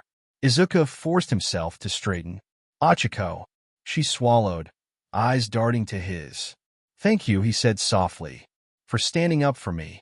A bitter, broken smile twisted at her lips. Is that what this looks like? Because it sure doesn't feel like enough. It is, he lied, because he needed her to step back. Because if she fought, they would punish her for it. Because he could feel the commission agents tensing, fingers hovering closer to restraints, to triggers, to whatever contingencies they'd been authorized to use. She seemed to see the decision in his eyes before he even spoke it. Her shoulders slumped. Slowly, as it hurt, she stepped aside. The procession moved on. The last thing he heard from her, whispered so quietly only he could catch it, was, I'll be there when you get out. He didn't know whether that promise comforted him or scared him. Because promises were dangerous, too, when made against systems that didn't care who they crushed to maintain control. The front gate of UA loomed ahead, its massive reinforced doors standing open for the first time since the barrier had been raised. The segmented plates glowed faintly with the residual energy of the protective field, edges humming with the memory of the shield that had surrounded the school. Beyond it, in the dark expanse of the central plaza, a small fleet of vehicles waited. They were not hero transports. Bulky, Armored carriers squatted on heavy treads, their matte black hulls absorbing the light rather than reflecting it. Their shapes were all sharp angles and reinforced panels, built for function, not aesthetics. Commission insignias were stenciled in stark white across their sides, clinical, impersonal logos stamped over armored plating. A portable scanning rig hummed nearby, its sensors sweeping lazily back and forth across the entrance like a giant, mechanical eye. Red lines flickered across the ground, occasionally passing over the gathered students and staff, pausing only briefly on them before returning to their main focus: the path Izuku was walking. Izuku had seen similar rigs used on high-risk villain transfers on the news. He'd watched them in grainy footage and official broadcasts, studying the protocols, memorizing the layout of escorts and security measures. He'd never pictured himself walking toward one. Final scan before departure, one of the armored personnel said, checking a tablet. His voice was flat, automatic, like he'd read the same script 100 times. Subject: Midoriya Izuku. Hero Corps student, UA High. Confirming quirk classification: multiple, unknown composite 1 for all. The word subject made his stomach twist. Kasegawa gave a curt nod. Authorized. Proceed. A wave of red light washed over him from the rig, prickling unpleasantly against his skin. It felt like ants crawling over his nerves, like the moment just before a static shock. His muscles tensed reflexively as it passed over his face, lingered on the cuffs, then moved on. The device beeped. Quirk activity suppressed to within acceptable parameters, the technician reported. No foreign transmitters detected. Neural signatures anomalous, but within projected range. Neural signatures. They were measuring his brain. Of course they were. He shouldn't have been surprised. One for all lived in the connection between his body and his mind, inherited power woven into his very being. Make a note of that, Kasegawa said. Tartarus staff will want the baseline. The words landed like a weight in his chest. Baseline. As if they expected those readings to change. As if they expected him to change. Vehicles ready, another agent called. We're green. The carrier's rear hatch yawned open with a hydraulic hiss. Inside, the compartment was narrow and windowless, lined with hard benches and reinforced restraints. The floor was ridged metal, scuffed with the marks of boots and dragged chains. The air that spilled out smelled faintly of metal, oil, and something sterile and sharp beneath it all, a cleaner scent, meant to scrub away traces of who had been here before. Izuku's throat tightened. His legs moved anyway. Bakugo's hand shot out, fingers curling around his arm just above the cuff. Izuku turned. Bakugo didn't meet his eyes at first. His grip was iron hard, trembling slightly with contained energy. The air around his palm warmed with the faintest hint of nitroglycerin sweat, the micro-pops of suppressed explosions like tiny sparks against Izuku's skin. Takish. Bakugo clicked his tongue, jaw tight. Don't you dare go in there and let them break you, Deku. The words were grated out through clenched teeth, like each one scraped his throat on the way out. Izuku blinked. Kakin. Bakugo finally looked up. For a heartbeat, the usual explosive anger was gone, stripped bare to something uglier and more fragile. Fear, guilt, and a stubborn, desperate kind of loyalty. I get it, Bakugo said roughly. You think this makes things easier for everyone.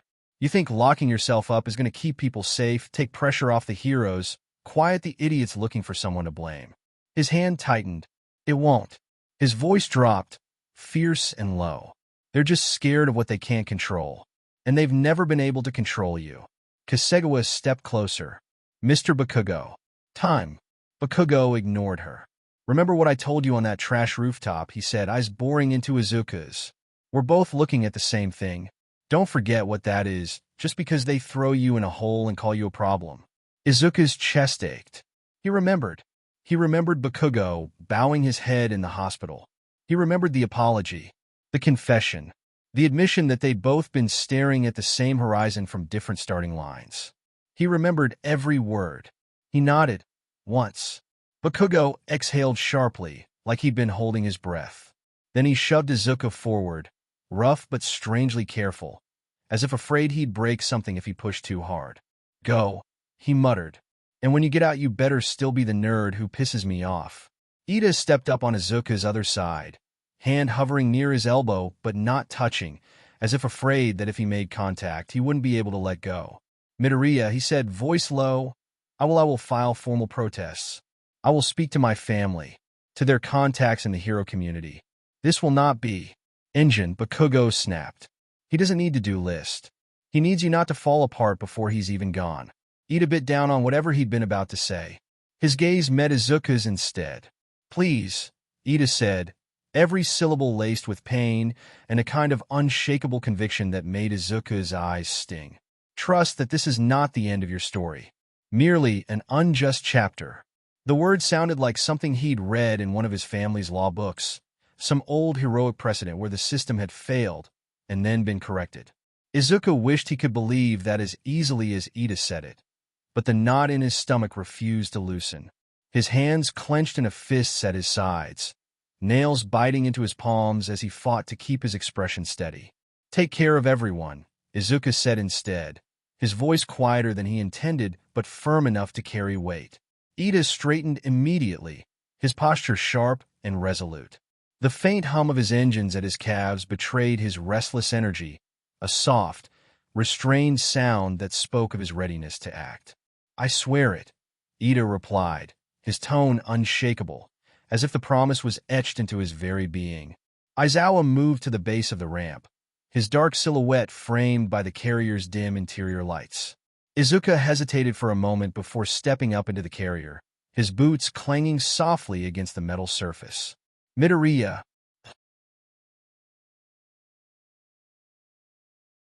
Single word halted him mid-step. Izuku turned to face Aizawa, who stood as impassive as ever. But Izuku had spent enough time around him to notice the faintest tightness around his eyes, a subtle crack in the facade that hinted at something deeper. If they try to push you past what you can handle, Aizawa said, his voice low and measured, you scream. You fight. You make it obvious. Get it on record. Don't let them pretend they didn't know what they were doing. Izuku stared at him, his throat tightening. That's your advice? He asked hoarsely, his voice barely above a whisper. To give them more reasons to call me dangerous? Aizawa didn't flinch under the weight of the question. His gaze remained steady, unwavering. To give them fewer excuses, he replied, each word deliberate, carrying the weight of unspoken truths. The carrier's interior lights flickered on fully, casting harsh white light over everything. The ramp's overhead fixtures clicked, illuminating Aizawa's face in stark contrast, the sharp lines of his features etched in shadow and light. I'll be there, Aizawa added, his voice dropping even lower, almost too quiet to hear. On the other side of every report, every footage review, every complaint you make. He didn't need to say if you survive it. The unspoken words hung heavy in the air between them, a truth too raw to voice. But it was there, in the way Aizawa's eyes lingered on him, in the way his presence felt like both a shield and a burden. Izuku nodded slowly. Then he turned and stepped into the carrier. The hatch slid shut behind him with a deep, final thud. It sounded like a door closing on an entire part of his life. The ride was a study in absence. No windows, no sense of direction, just the constant low rumble of the engine and the occasional jolt that rippled through the metal frame, each one making the restraints clink softly against the bench. The vibration traveled up his spine, settling between his shoulder blades like a permanent knot.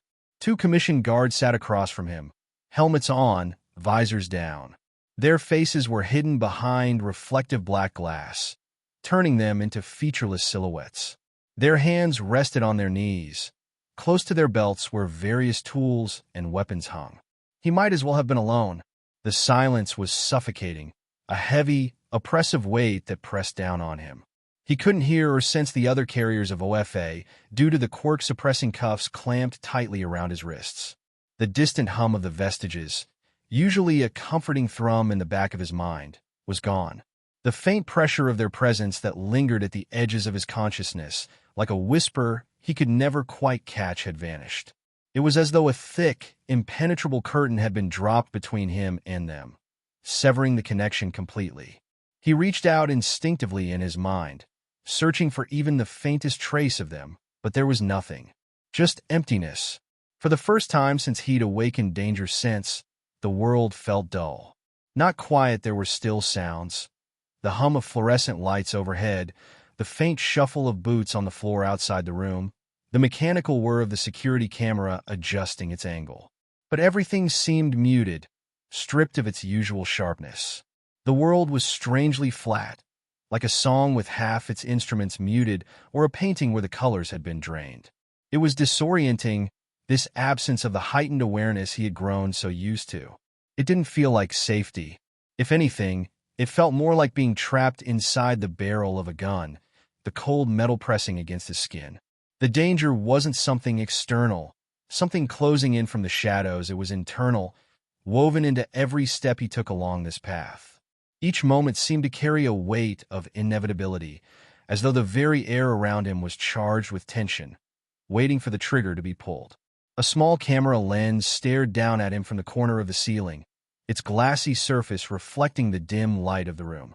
Beside it, a faint red dot blinked at precise, regular intervals. Patient, unblinking, watching. He could feel its gaze, an unrelenting reminder that every move he made was being scrutinized, analyzed, and recorded. Subject is stable, one of the guards said at one point, breaking the monotony of the silence. The voice crackled through a modulator, cold and detached. No visible quirk activation. The words echoed in the empty room, bouncing off the sterile walls. He didn't react, didn't give them the satisfaction of a flinch. Instead, he sat still, his mind swirling with thoughts he couldn't quiet. The absence of the vestiges, the dullness of the world, the ever-present weight of the camera's gaze, it all coiled around him like a noose, tightening with every passing second. Neural readings? A tinny voice crackled over the comms, sharp and clinical. The other guard, clad in a matte black uniform, glanced down at a glowing wrist-mounted display. Its screen pulsed faintly in the dim light, casting eerie shadows on the cold, sterile walls. Within range, he replied in a monotone, tapping at the device with gloved fingers. Elevated emotional stress markers, but nothing outside expected values. Subject. Readings. Values. They spoke about him like he was nothing more than a set of numbers, a collection of data points to be analyzed and filed away. Like he wasn't human, like he'd already been stripped of his identity, broken down into something sterile, something manageable. Reduced from person to profile.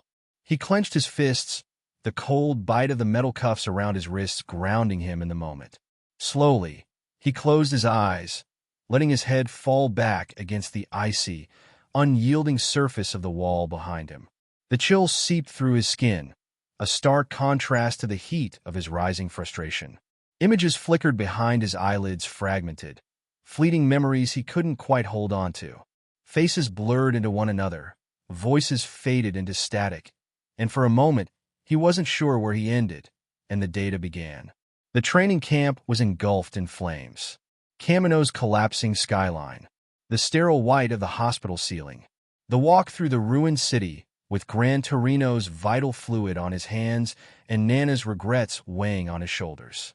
Class 1A stood in his way, battered, bruised, and unyielding, their eyes filled with desperation as they begged him to come home. Their voices cracked under the weight of their pleas, a chorus of determination and heartbreak. "We're here to bring you back," their words heavy with conviction, their bodies trembling but resolute. Now, they were here to watch him leave. The silence was deafening, their gazes following him as if willing him to turn around, to reconsider. The air between them was thick with unspoken words, regrets, and the ache of a bond stretched too thin. Izuka wondered if All Might was watching the transfer feed.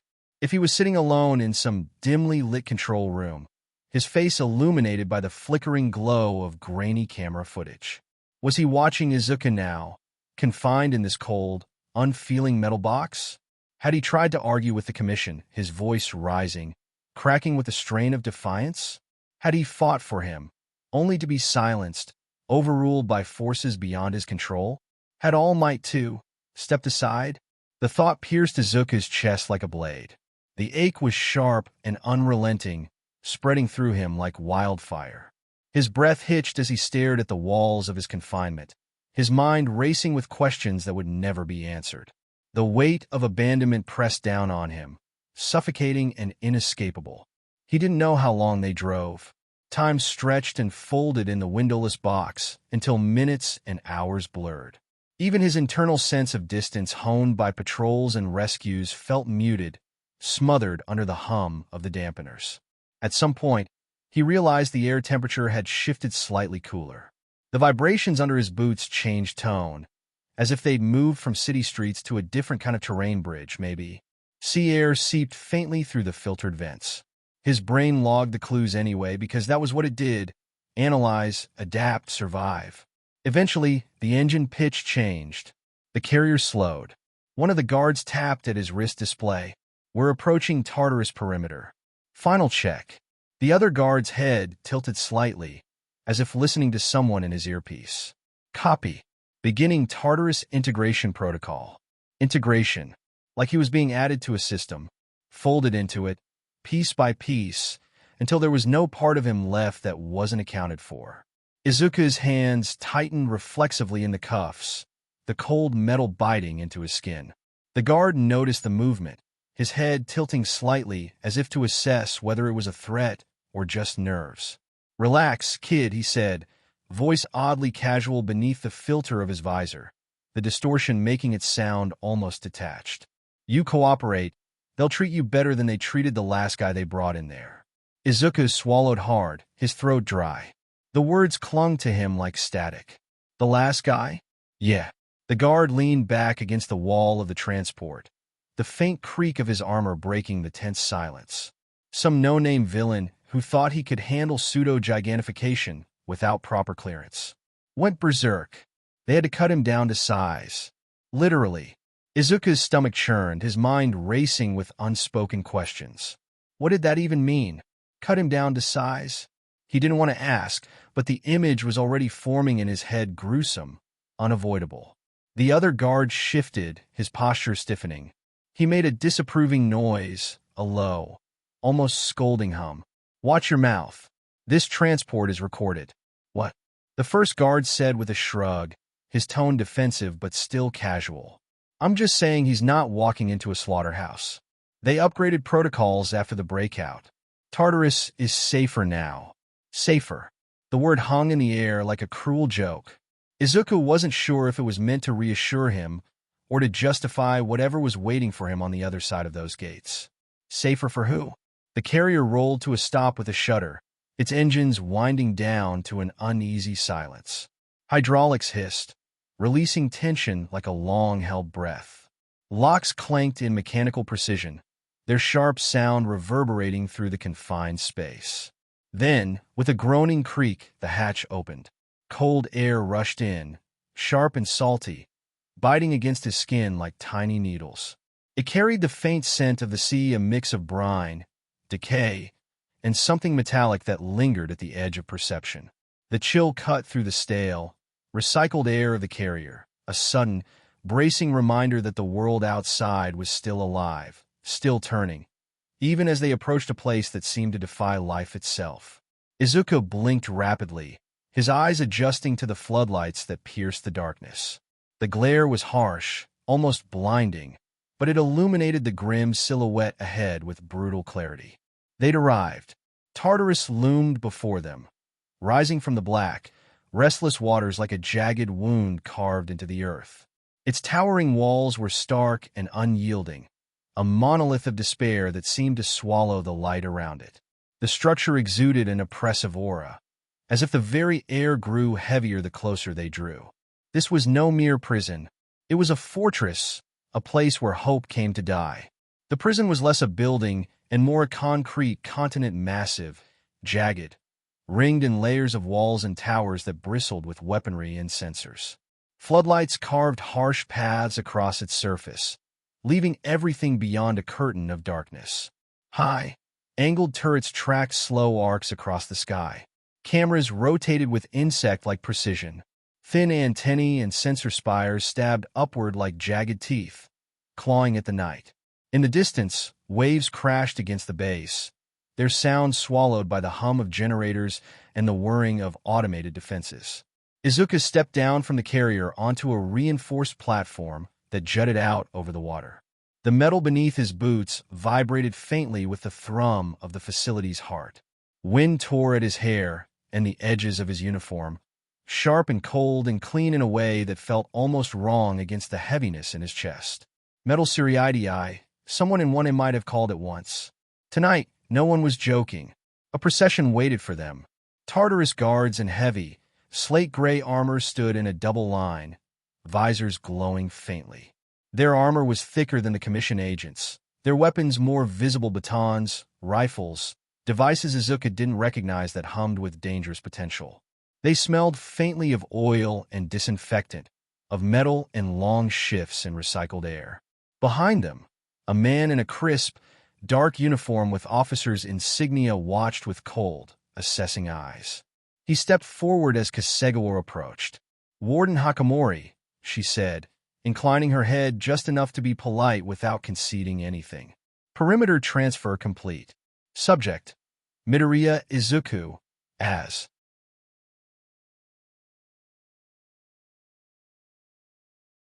requested. The warden's gaze flicked to Izuku. "Smaller than I expected," he said. Izuku bristled. "I'm not. All for one," Hakamori finished calmly. "Yes, I'm aware." Up close, the man looked like he'd been poured into his uniform and then left in the sun too long. His posture was rigid, spine straight as a spear. Dark eyes, sharp nose, a scar cutting down from his left temple to the edge of his jaw, like someone had tried and failed to take his head off. A reminder that Tartarus didn't just guard monsters. Sometimes it survived them. "Documentation?" he asked. Kasegawa handed him a tablet. "Authorization for indefinite wartime detainment under Hero Public Safety Commission Directive 17B. Details of the subject's quirk, history, and strategic classification are included in your briefing packet." Hakamori scrolled briefly, then grunted. "No formal conviction," he said. "Not yet," Kasegawa replied. Izuku's head snapped toward her. "I haven't done anything to be convicted for." Kasegawa's gaze slid over him like he was background noise. "That remains to be seen. For now, you are here as a protective and preventative measure. You will be evaluated thoroughly." Hakamori looked back down at the tablet. "High threat index. Potential world-ending consequences if compromised." He raised an eyebrow. "You're dropping that in my lap and calling it preventative?" Kasegawa's smile didn't reach her eyes. "That's why Tartarus exists, Warden. To hold what the rest of the world can't." He studied her a moment longer, then turned to his staff. "Bring him in," he said. For guards stepped forward in perfect synchrony. He forced his feet to move. As they crossed the platform, the massive gates of Tartarus began to open. They slid apart with a rumbling groan, revealing layers of reinforced barriers beyond, each one a different design, a different era of fear made concrete. Old gates pockmarked with damage from the breakout. Newer blast doors with fresh welds and raw metal scars. Fields of red sensor beams crisscrossed like spiderwebs. It felt less like entering a building and more like being swallowed. Subject: Midoriya Izuku, entering Tartarus at 3:10. One of the guards recited. Wartime provisional intake. Level to be determined after initial evaluation. Level? Izuku echoed. The guard to his left answered without looking at him. Surface levels are for minor quirks and non-combatants. Mid-levels for standard high-risk villains. Deeper levels for top-tier threats. What level was all for one kept on? Izuku asked. The guard hesitated. Below level 6, he said finally. Below. They didn't even give him a number. The gates sealed behind them with a series of thunderous thuds, each one vibrating up through the floor and into Izuku's bones. Metal, stone, layers and layers of separation between him and the outside world. We'll start with medical and quirk assessment, Hakamori said as they walked. Given your unique situation, the Commission has requested comprehensive data. Izuku's skin crawled. Data for what? Hakamori's gaze stayed fixed ahead. For everything they're afraid of. They passed by reinforced observation rooms where technicians in white coats monitored banks of screens. Some feeds showed empty cells. Others showed flickers of movement, hands gripping bars, figures pacing in two small spaces, eyes glinting in the gloom. Whispers carried faintly through the sealed glass and thick walls. New one? That kid? One for all. His title reached these depths before he did. They paused at a checkpoint. A metal archway loomed, bristling with sensors. Izuku was ushered beneath it. Red and blue light washed over him in alternating pulses. The machine hummed, then pinged. Quark's signature detected, a mechanical voice intoned. Anomalous pattern, multiple embedded resonances. Classification, unknown. Threat level, elevated. Izuku flinched. Get used to that, one of the guards said. This place doesn't like surprises. They pushed on. The deeper they went, the colder the air became, not physically, but in the way it moved. Still, heavy, as if it had grown tired of being breathed. They finally stopped at a reinforced door marked with bold black lettering. Intake, enhanced detention subjects. Hakamori keyed in a code. The door hissed open. The room beyond was bright, sterile, white. Stark contrast to the grim concrete of the corridors. A row of machines lined one wall, scanners, monitors, equipment Izuku half recognized from hospital stays and half feared because he didn't. Cold metal arms, adjustable restraints, cables snaking across the floor. A central chair dominated the middle of the room. It was not a hospital chair. It was a restraint device. Padded, yes, but with heavy metal bands poised above the armrests, the leg supports, the chest, ready to lock into place at a moment's notice. Izuku's heartbeat hammered against his ribs. I'm not a villain. I'm not a test subject. I'm a hero student. The thought felt smaller here. Tartarus intake protocol, Kasegawa said briskly. Full physical assessment, quirk mapping, cognitive baseline tests. All recordings to be shared with the commission. Izuku stared at the chair. No, he said. The word slipped out before he could stop it. Silence fell. Hakamori watched him with unreadable eyes. The guards stiffened. Kasegawa's head tilted slightly. Excuse me? Izuku swallowed, throat dry. I'll answer your questions, he said, forcing his voice to steady. I'll cooperate. But I'm not letting you strap me down like some lab experiment. I'm not letting you treat me like all for one. Kasegawa's expression didn't change. You are not in a position to negotiate. Aizawa's voice echoed in his head. If they try to push you past what you can handle, you scream, you fight, you make it obvious. His hands trembled within the cuffs. If you force me into that chair, Izuku said, louder now, Tartarus will be treating a UA hero student with no criminal conviction the same way it treated the worst mass murderer in history.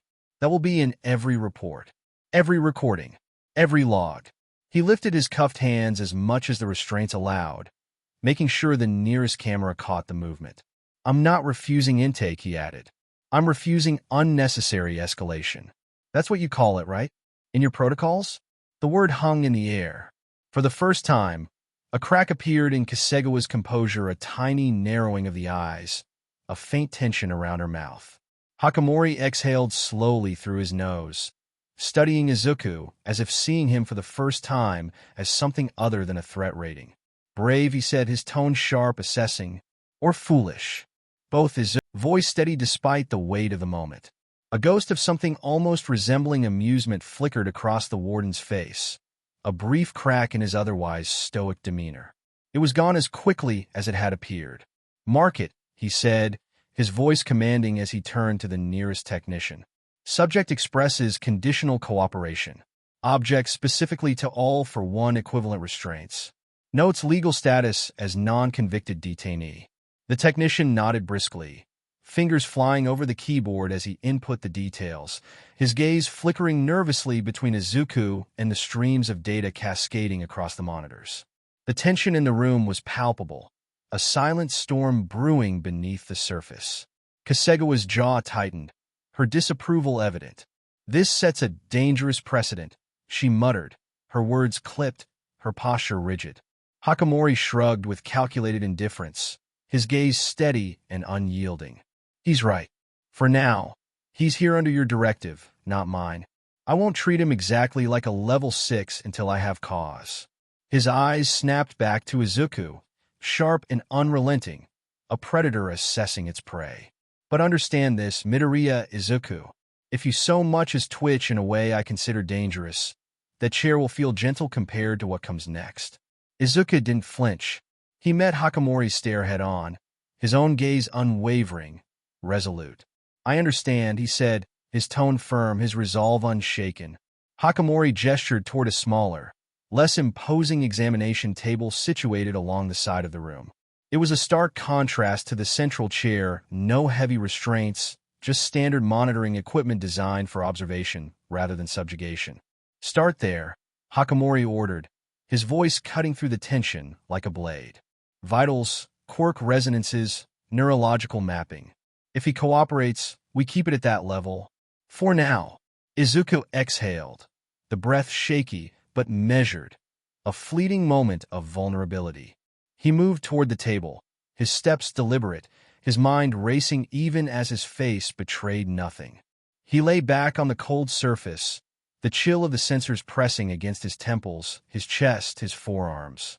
The machines hummed to life, their mechanical rhythm filling the room as lines of green and blue began to trace intricate patterns across multiple monitors.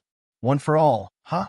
One of the younger technicians murmured, his voice tinged with awe, unable to suppress his curiosity.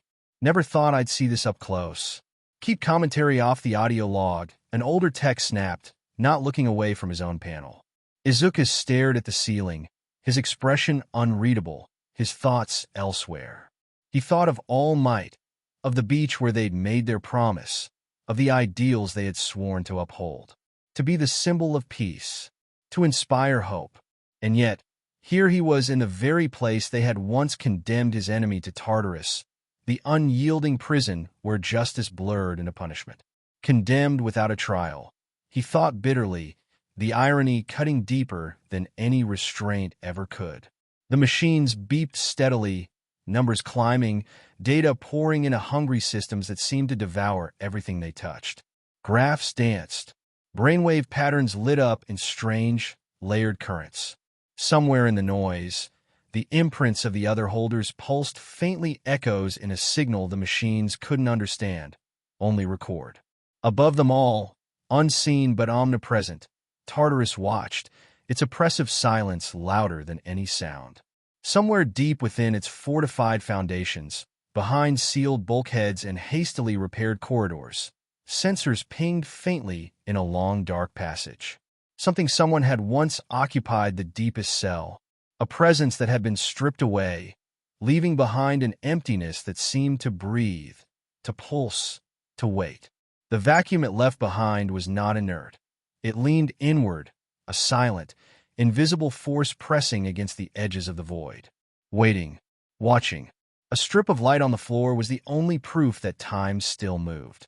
It seeped in under the cell door, a thin, sickly bar that shifted from harsh white to a duller, more exhausted yellow as the artificial day cycle in Tartarus rolled on. There was no window to mark the passing of the sun, no glimpse of clouds drifting lazily past, no hint of stars waiting beyond the dark.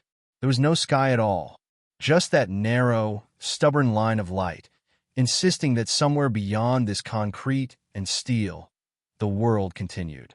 Izuku lay on the cot bolted to the wall and stared at that strip until his eyes burned and the afterimage floated when he blinked. He didn't know how long he'd been here. Minutes bled into hours, or maybe it was hours into minutes. It was hard to tell.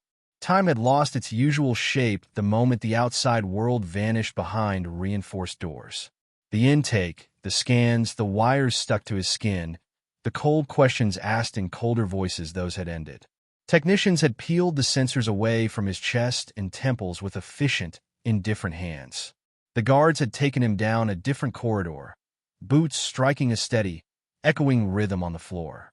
The warden had signed something on a tablet with a stylus, expression unreadable behind the glass of a reinforced observation pane. And then, the door had closed. Silence had dropped over him like a second set of walls. The cell was 5 steps long, 3 steps wide. He knew because he'd walked it. Once, twice, 10 times. He'd measured every inch with restless strides until his pulse had finally slowed enough for him to stop and force himself to be still. Bed, toilet, sink, a reinforced panel in the corner that hid the camera and speaker, a dark, blank square that promised eyes and ears without ever needing to show them. Seamless walls, smooth and pale, too perfect to hide a crack or a flaw. Even Kamino had cracks. Even that nightmare of collapsing buildings and liquefied streets had been imperfect, had let light and air and hope filter through the ruins. This place didn't. He rolled onto his back, the thin mattress barely cushioning the hard metal beneath it. The cuffs bit coldly into the skin of his wrists where they rested against his stomach. These weren't the same quirk-dampening shackles from the transport. Those had been removed with a sharp click of keys and an almost ceremonial finality, replaced with something slimmer and more insidious. Thin metal bands circled each wrist and ankle, flush to the skin, warm with a faint internal hum that never entirely faded. He could feel them the way he could at the edge of awareness. Standard inhibitor rings, the guard had said in a bored, practiced tone while securing the final clasp. Monitors neural spikes and muscle output. You try anything beyond normal human exertion, they'll bark. You keep pushing, they'll bite. He hadn't asked what bite meant. The guard's flat, almost eager emphasis had been enough. Danger sense had been a constant low buzz since they'd crossed Tartarus's outer gate.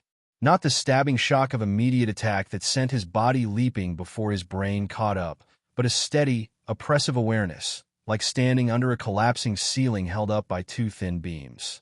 The feeling never receded. It simply settled into him, heavy and inescapable. You are in danger. You are in danger. You are in danger. The message pulsed in the back of his skull, a mantra he couldn't shut off. He exhaled slowly, trying to will his heart rate down, even though his body seemed intent on ignoring him. The rings warmed fractionally in response, reacting to his elevated pulse, tracking every physiological fluctuation. Breathe in for 4. Hold for 4. Breathe out for 6. He shaped the counts in his head, attaching numbers to each breath. He'd learned the exercise from Recovery Girl after one of his early panic attacks, back when the weight of smashed bones and lost futures had finally crashed into him all at once in a quiet infirmary room. She'd sat beside his hospital bed and guided him through it with a firm, patient voice until the shaking had finally eased. Back then, his world still included blue skies and open windows. He'd been able to hear the faint chatter of other students in the corridor, the distant thud of practice dummies being hid in the training grounds. He'd been able to believe, however tenuously, that the future might still have room for him. The speaker in the corner crackled softly, a brief hiss of static, then fell silent again. Someone was listening. He could feel it not with a quirk, but with the prickling awareness any animal had when eyes were on it. Another monitoring station, another bank of screens where his pulse, his brain waves, his every twitch and microexpression translated into colored lines and neat, impersonal numbers. He wondered if Aizawa was among the people watching, if All Might had access to this feed, if Nizu or the commission analyst sat in a dark room somewhere, observing him like a specimen. He tried not to picture them seeing him like this. Not as a hero in training in a green jumpsuit, not even as a ragged, stubborn vigilante trying to clean the streets on his own, but as a boy on a cot with inhibitor rings around his wrists and ankles, wearing a plain, numbered uniform that erased his individuality. It felt too much like failure. A faint, distant clang echoed through the concrete metal on metal, the unmistakable sound of heavy doors closing somewhere far below or far above. The prison swallowed the noise quickly, its thick walls and dense structure eating the echo, but the sound left a strange aftertaste in the air, like the ghost of a vibration that hadn't completely faded. He swallowed hard, throat dry and sticky. "How many people can you hold?" he whispered to no one, the words barely more than air, "before you stop being a prison and start being a graveyard." His voice sounded small and thin in the cell, as if the walls absorbed it as eagerly as they did every other sound. The speaker didn't answer. The first test of his restraint came sooner than he expected. His fingers had begun to tingle, a restless itch traveling from knuckles to forearms. The ghost of power wanting to move, of energy that had grown used to being called and now resented its leash. He flexed his hands, clenching and unclenching slowly, feeling the pull of tendons and the smooth resistance of the rings against his skin. One for all stirred. Not much, just the faintest awareness, like a muscle twitching in its sleep or a storm grumbling far below the horizon. It wasn't a surge, not the familiar rush that came when he called for power during a fight, but it was there, a quiet readiness. Danger's sense flickered in response, not at the prison, not at any external threat, but at his own rising intent. The danger was internal this time, a warning about what might happen if he pushed. He recognized the pattern too well now. The quirk didn't speak in words, but if it had, the message would have been clear. If you push, everything changes. Izuka hissed out a breath between his teeth, frustration prickling at the back of his eyes. He wanted to try. He wanted to feel it just for a second, to let even 1% of power wrap around his fingers, to see the faint green crackle of energy and remind himself that he was still him, that they hadn't taken everything, that there was still something inside him that was not theirs to catalog or restrain. But the memory of Aizawa's words, of the warden's flat warning in that echoing administrative chamber, sat heavy in his chest. You scream. You fight. You make it obvious. If he flared his power now, even a little, they would have all the excuse they needed to escalate. To brand him non-compliant, unstable, and dangerous. To justify transferring him to more restrictive conditions. To strap him to that other chair he'd seen in a passing, horrifying glimpse, the one with the thick metal bands and overlapping restraints that had been built not just for villains, but for one specifically. He forced his fingers to relax, one joint at a time, knuckles popping softly in the quiet room. The ache in his hands lingered for a moment, a dull reminder of the tension he had been holding.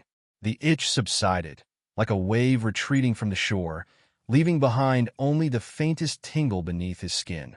The rings on his fingers, intricately etched with patterns of ancient design, cooled again to their previous, low-humming warmth, as if pacified.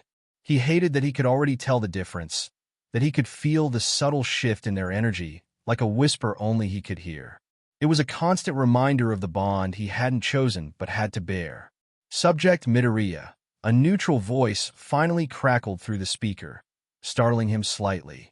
The tone was flattened by distortion, scrubbed of identifiable regional inflection. Male? Female? Old? Young? It was hard to tell, and he suspected that it was intentional. This is a routine check-in. State your name for the record. He blinked at the ceiling, lips dry and cracked from hours of dehydration. The sterile white above him seemed to stretch endlessly, a void of monotony that offered no comfort. The faint hum of fluorescent lights buzzed in the background, a constant reminder of his confinement. Midoriya Izuku, a voice called, sharp and clinical, slicing through the oppressive silence. He swallowed, forcing his throat to cooperate as his name echoed in the room. His voice wavered at first, but steadied as he answered. State your quirk. His chest tightened, a reflexive clench at the word quirk. It wasn't just a term, it was a label, a weight, a reminder of what set him apart. Naming it felt like exposing a vulnerable part of himself, especially here, surrounded by walls designed to contain people like All for One. His heart thudded painfully in his chest as he forced the words out. One for all. The response was met with silence, heavy and suffocating. The faint click of keys being pressed filtered through the speaker, impersonal and methodical, like the rhythm of a machine cataloging his existence. He could almost picture them analyzing him, reducing him to data on a screen. Physical state? The voice asked, emotionless and detached. He did a quick mental inventory, the way he'd been trained to in moments like this. He flexed his fingers, rolled his shoulders, and tested the ache in his muscles. Tired, he said, his voice clipped. He hesitated for a moment, scanning for bruises, hidden aches, or anything worse than the soreness lingering from the rough handling during intake. No injuries. Emotional state?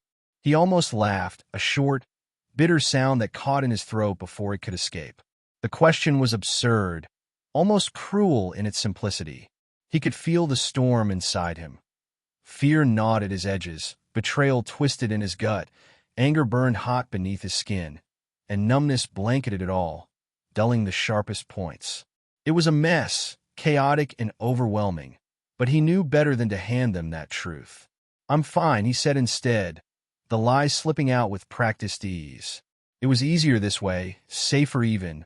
Giving them more felt like handing over ammunition, like offering them a weapon to use against him. The pause on the other end stretched longer this time, heavy with unspoken doubt. He could almost hear them comparing his answer to a readout on a screen, analyzing discrepancies, searching for cracks in his armor. "Be advised," the voice said at last, still perfectly even. "Deliberate misrepresentation of medical condition can compromise your safety and containment. Accuracy is in your self-interest, Midoriya." Safety. He nearly scoffed at the word. There was no safety here. Not really. He closed his eyes briefly, jaw tensing as the weight of their words settled on him. Lying about being okay wasn't seen as resilience in their framework. It was a risk factor, a variable to be tracked and noted in their reports. Another mark against him. "Correction," he muttered, forcing the words out even as they felt like sandpaper scraping his throat. "Not fine. Just not falling apart yet." Another clatter of keys followed, brisk and efficient, devoid of empathy. He could imagine the faceless person on the other side, typing away without a second thought for the boy behind the words. Just another subject, another case file to manage. Noted. You will be evaluated in the morning by the psychological assessment unit. Assessment. The word hung in the air like a threat, cold and clinical. It didn't mean help, it meant judgment, classification, and the possibility of adjustments to his conditions. Adjustments that could strip away what little autonomy he had left. They never said it outright, but he knew what it meant. The speaker clicked off with a soft pop, leaving the cell in silence once more. The walls seemed to swallow the sound, absorbing it until it was as if the conversation had never happened. He stared at the ceiling again, the hum of the lights pressing against his ears. He tried to sleep, but the storm inside him refused to settle. For a while, he lay on his side, then rolled to his back, then onto his other side, tugging the thin blanket higher or lower, searching for an angle that didn't make his joints throb or his thoughts spin faster and faster.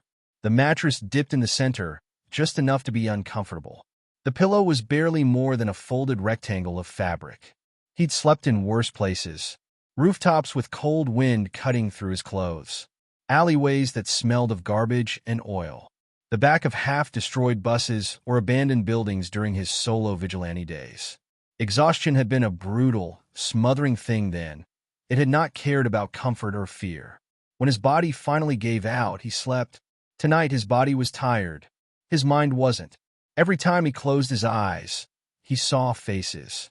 Achiko was standing in the hallway, shaking with fury, cheeks wet, eyes bright, and wild with the pain of having to watch him be taken.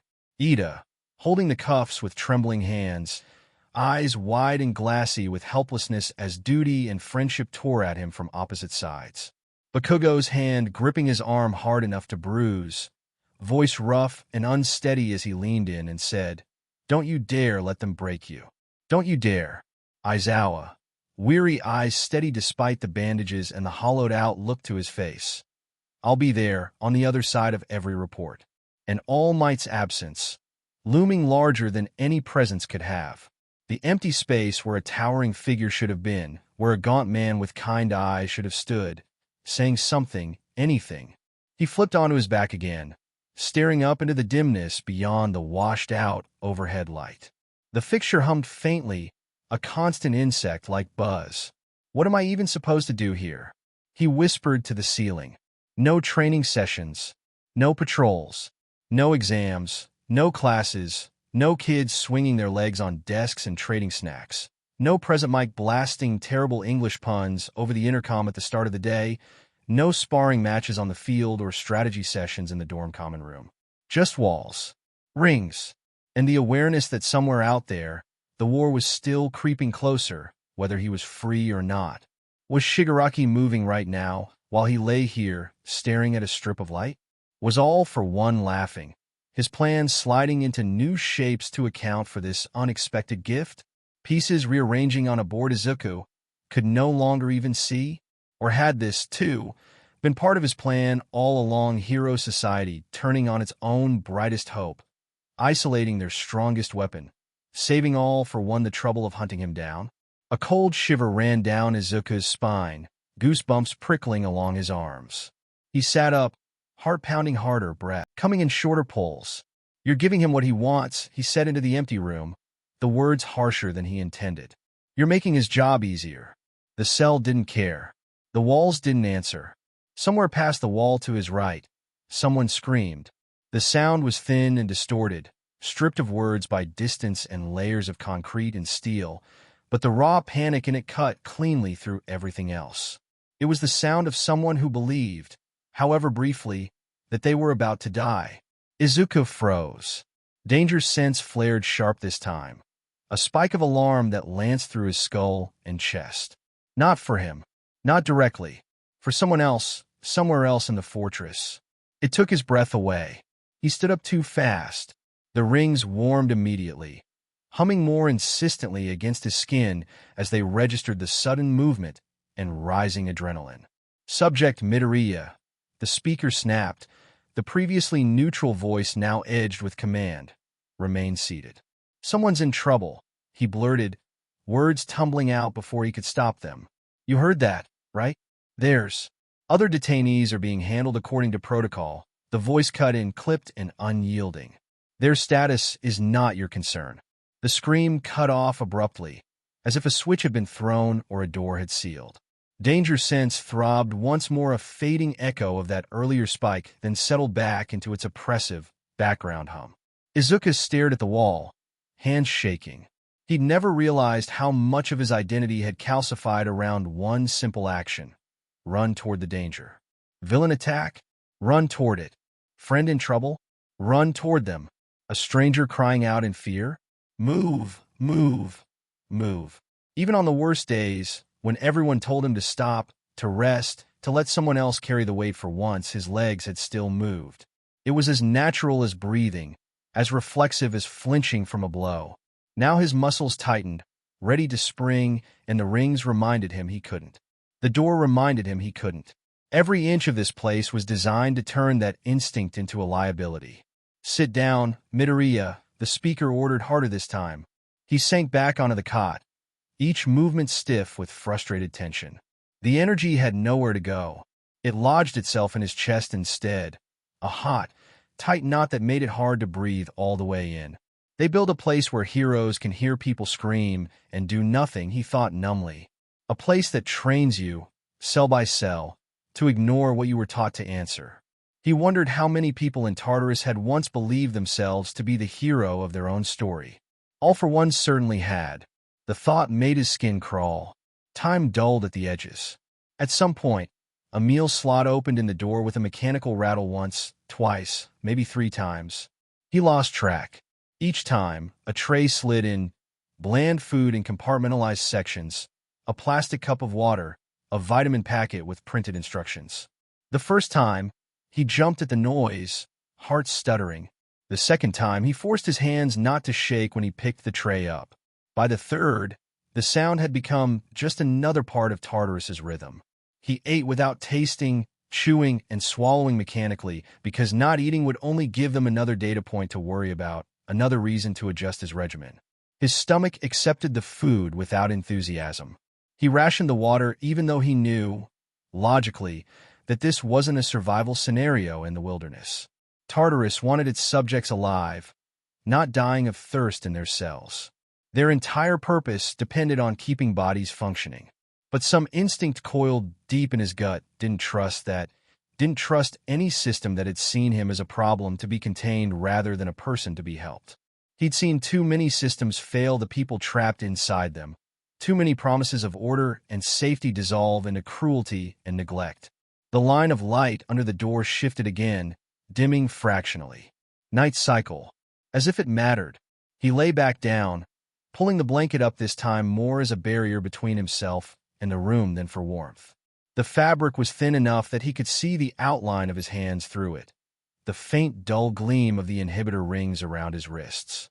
He turned his palms up, studying the lines and scars that mapped years of training and battles. These hands, All Might's voice echoed in his memory, rough and fond from some long-ago conversation. You've always reached for others with these hands of yours. Right now, they have reached for nothing. His throat tightened. Are you watching? He whispered to whatever monitors tracked his cell, to whatever heroes or technicians or bureaucrats might be on the other side of the camera. Are any of you watching this and thinking, this is what heroes do? It was a dangerous question. He asked it anyway. Silence answered. But something about that silence felt uneven, like a missing tooth in a closed jaw, like a note missing from a chord he knew by heart. It started as nothing more than a chill sliding down the back of his neck. The cell temperature hadn't changed. The rings were steady. Danger sense hadn't spiked. And yet, the hairs on his arms rose. He pushed himself up on his elbows, heart thudding faster again. The light under the door seemed thinner somehow, as if something was leaning on the other side and altering its shape. The overhead illumination buzzed faintly, a barely audible whine that set his teeth on edge. Hello? He tried, feeling foolish as soon as the word left his mouth, like a child calling into a dark room. No answer. He swung his legs over the side of the bed, bare feet touching cold concrete that leached warmth from his skin. Danger sense? He muttered under his breath because talking to a quirk was marginally less pathetic than talking to a wall. Is this your? It remained a low, simmering hum at the base of his skull. No new spike. No sharp jolt. The unease didn't fade. Carefully, slowly, he stood. The rings warmed again, registering the motion, but didn't escalate beyond that gentle rise in temperature. He took 3 steps to the door, barefoot pads whispering against the floor, each one placed cautiously as if the ground itself might react. Up close, the metal of the door was seamless, its surface too smooth and too matte to be normal steel. No marks from tools, no visible hinges, no bolts. Some composite alloy designed to resist everything from brute strength to corrosion, from quirks that melted to quirks that shattered. He pressed his ear against it, the cool surface of the dense barrier seeping into his cheek. The rough texture of the concrete was unyielding, its silence oppressive, as if the wall itself conspired to keep secrets buried deep. Then, something, not a voice, not a word, not even a sound he could clearly name. It was more like an impression, a presence that brushed against the edges of his awareness, like the feeling of someone standing in a doorway across a crowded room, their gaze cutting through the chaos and noise, honing in on him with unnerving precision. A weight of focus, invisible yet suffocating. His breath hitched, chest tightening as though the air itself had thickened. All for one is gone, he told himself firmly, his voice barely above a whisper, each word trembling with the effort to keep steady. Saying it aloud felt like a lifeline, as if naming the fact could solidify it, could drive away the creeping unease. He's not here. He escaped. He's out there. He's not under your feet anymore. The thought slithered into his mind with an unsettling ease, as though it had been waiting for the perfect moment to surface. It didn't feel like his own. Not entirely. It carried a chill, a detached certainty that didn't belong to him. Too calm, too cold, too sure. He staggered back from the door, his chest heaving as if the air had been stolen from his lungs. His heart thudded wildly, each beat a frantic drum against his ribs. The silence around him seemed heavier now, no longer empty, but brimming with something unseen, something watching. The rings on his wrists flared warmer in response, tiny internal elements adjusting as they read the spike in his adrenaline and heart rate. The speaker crackled awake. Subject Midoriya, your heart rate has increased, the neutral voice observed. If there was concern there, it was buried under protocol. Is there a problem? He swallowed hard, fingers digging into his palms until the skin protested. Tell them, part of him urged desperately. If there's something wrong with Tartarus itself, if there's some leftover presence here, some imprint, some spiritual residue, if all for one left a piece of himself embedded in this place, someone needs to know. Another part of him clamped down, colder and more strategic. If he told them he was hearing thoughts that weren't his, if he even hinted that all for one touched his mind beyond what they already feared, they'd have their proof. Their leverage. risk, instability. The words echoed in his mind, heavy with implication, like a gavel striking down a verdict. See, the commission would say. The connection to All for One is already compromising him. He can't be trusted. Their judgment, cold and clinical, felt like a noose tightening around his neck. No, he said aloud, his voice rasping through the tension in his throat, though it emerged steadier than he felt inside. Just first night anxiety. I'm fine. He clenched his fists, nails digging into his palms, grounding himself in the pain. There was a longer pause this time, a silence that stretched thin, almost suffocating. He imagined the person on the other end of the line scrutinizing screens, their eyes flicking over fluctuating graphs and erratic readings, searching for the truth his words might be hiding. Your readings say otherwise, the voice finally replied, clinical and detached, as though they were commenting on a machine, not a person. We will note it. If you experience hallucinations or intrusive thoughts related to All for One, you are required to report them immediately. He almost laughed, almost. The urge bubbled up, sharp and bitter, but he bit it back. If he let it out, it wouldn't sound right. It wouldn't sound sane. Instead, he swallowed it down, the bitter taste lingering in his throat like ash. Intrusive thoughts related to All for One had been his whole life since the war started. Strategies, contingencies, worst-case scenarios. A constant mental chess game against a man he'd barely spoken to directly. Understood, he said instead, each syllable careful. The speaker clicked off. He sank back onto the bed, hands trembling now that the immediate need to answer had passed. That wasn't him, he told himself. It was just Tartarus, the memory of him. This place spent years with him at its core, every sensor, every system tuned first and foremost to him. Of course, it feels like he's still here. Of course, some echo lingers in the circuits and stones. But the unease lingered too, coiling under his ribs. At some point, sheer exhaustion finally overpowered the spinning of his thoughts. His eyes grew heavy, lids drooping no matter how often he tried to force them open again. He drifted. His last conscious sight was of the strip of light under the door, now a thin, dull smear more gray than yellow. When he dreamed, it was of corridors, concrete and steel, endless and repeating, doors without numbers, cameras without blinking lights. The air was cold and dry, smelling faintly of metal and disinfectant. He walked and walked, bare feet never making a sound no matter how hard they met the floor.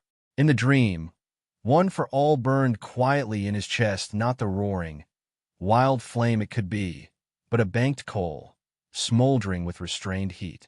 It pulsed in time with his heartbeat, patient and heavy. He reached for it, fingers splaying over his sternum. It slipped through his grasp like smoke, seeping between his metaphorical fingers, refusing to solidify into something he could use. You can't save anyone from in here, a voice said, echoing oddly along the walls. It sounded far away and too close at the same time. He turned sharply. The corridor behind him was empty, stretching away into darkness. You never could save everyone. The voice corrected itself, smoother now, more familiar and hated. But now you can't even try. He woke up with his heart racing and his hands clenched so tight his nails had broken the skin of his palms. The rings throbbed with warmth, reacting to the spike. He sucked in air, dragging it into his lungs in harsh, desperate pulls, his chest rising and falling as though the act of breathing itself was a battle. His eyes blinked against the unyielding glare of the cell light, a cold and artificial brightness that knew no concept of dawn or dusk, no mercy for the passage of time. It bore down on him, relentless, stripping away any sense of night or day, any shred of normalcy. No voice echoed in the silence. No corridor stretched beyond the confines of his cage. Just Tartarus, just his first night in this pitiless abyss, where time seemed to stretch endlessly, and every second felt like a lifetime. He flexed his fingers slowly, the motion stiff and tentative, wincing as sharp stings flared to life. His hands bore the evidence of his struggle, little half moon cuts etched into his skin by his own nails, tiny crescents of pain that now beaded with dark, crimson blood. It stood out starkly against his pale, clammy skin, a vivid reminder of his desperation. Quickly, almost instinctively, he wiped his fingers on the thin, scratchy blanket. The faint smear of vital fluid vanished into the fabric, swallowed up as though it had never existed, leaving only the dull ache in his hands and the suffocating weight of his surroundings. "Fine," he whispered into the quiet, the word more oath than observation. "Then I'll save who I can from in here." It sounded ridiculous in the face of reinforced doors and inhibitor rings and isolation. He said it again anyway, because words had power, even if only over himself. "I'm still the ninth holder of One for All. I'm still Izuku Midoriya. You can lock me up. You can watch me. You can call me a subject, a risk, a weapon, but you don't get to decide who I am." Somewhere past the walls, machinery hummed steadily. Sensors pinged. Doors opened and closed with mechanical precision on lives he would never see. Air systems cycled. Alarms stood ready. The strip of light under his door brightened by a fraction. Artificial morning. His first night in Tartarus was over. The war outside had moved one night closer, and deep in the fortress's buried foundations, in a level with no number and cells with no names, dormant systems flickered uncertainly to life for the first time since a certain mass of malicious consciousness had torn its way free. They found nothing, nobody, no mind, just the imprint of absence, like a handprint left in cooling concrete. And for reasons no technician could have quantified, several of Tartarus's oldest, most deeply embedded sensors registered a new variable. Not present. Not yet. Just interest. A pattern of subtle anomalies emerged. A sequence of irregularities so faint they could easily be dismissed as noise. But together, they formed a thread that refused to fray. These anomalies aligned in a way that defied classification, evading every known quirk, malfunction, or system error. A series of infinitesimal deviations, each so minor on its own, yet collectively undeniable. And all of them pointed in the same direction, toward a single cell. Izuku, the cell of a new detainee. A boy, unremarkable at first glance, except for one peculiar detail. He dreamed of corridors. Not just any corridors, but endless hallways stretching into the unseen, twisting and turning in ways that made no sense. And somehow, those dreams seemed to ripple outward, brushing against the edges of reality, leaving behind faint traces those subtle anomalies. Scene change. Unknown location. Kasegawa walked into a dimly lit room, the air heavy with an eerie silence. The only source of light came from a massive screen that loomed over the space, casting long shadows across the walls. She approached the console with purpose, fingers gliding over the keyboard with practiced ease. Lines of encrypted code flickered briefly across the monitor, authentication seals pulsing one by one as she bypassed layer after layer of security. After a few moments, the main screen flickered to life, the interface shifting to a black background with a single pulsing icon. Incoming secure transmission. An unknown caller ID appeared, a randomized string that meant nothing to anyone but her and the handful of people who moved in the deepest shadows of villain society. Without hesitation, she pressed the accept button. The screen went black for a heartbeat. Then a deep, distorted voice crackled through the speakers. "Do you have Midoriya?" The question wasn't loud. It didn't need to be. The weight behind it slid into the room like a blade. Kasegawa leaned back in her chair, a wicked grin spreading across her face. The glow from the monitor lit one side of her features in cold blue, sharpening the cruel curve of her mouth. "Yeah, I have him right now," she purred. "You were right, Master."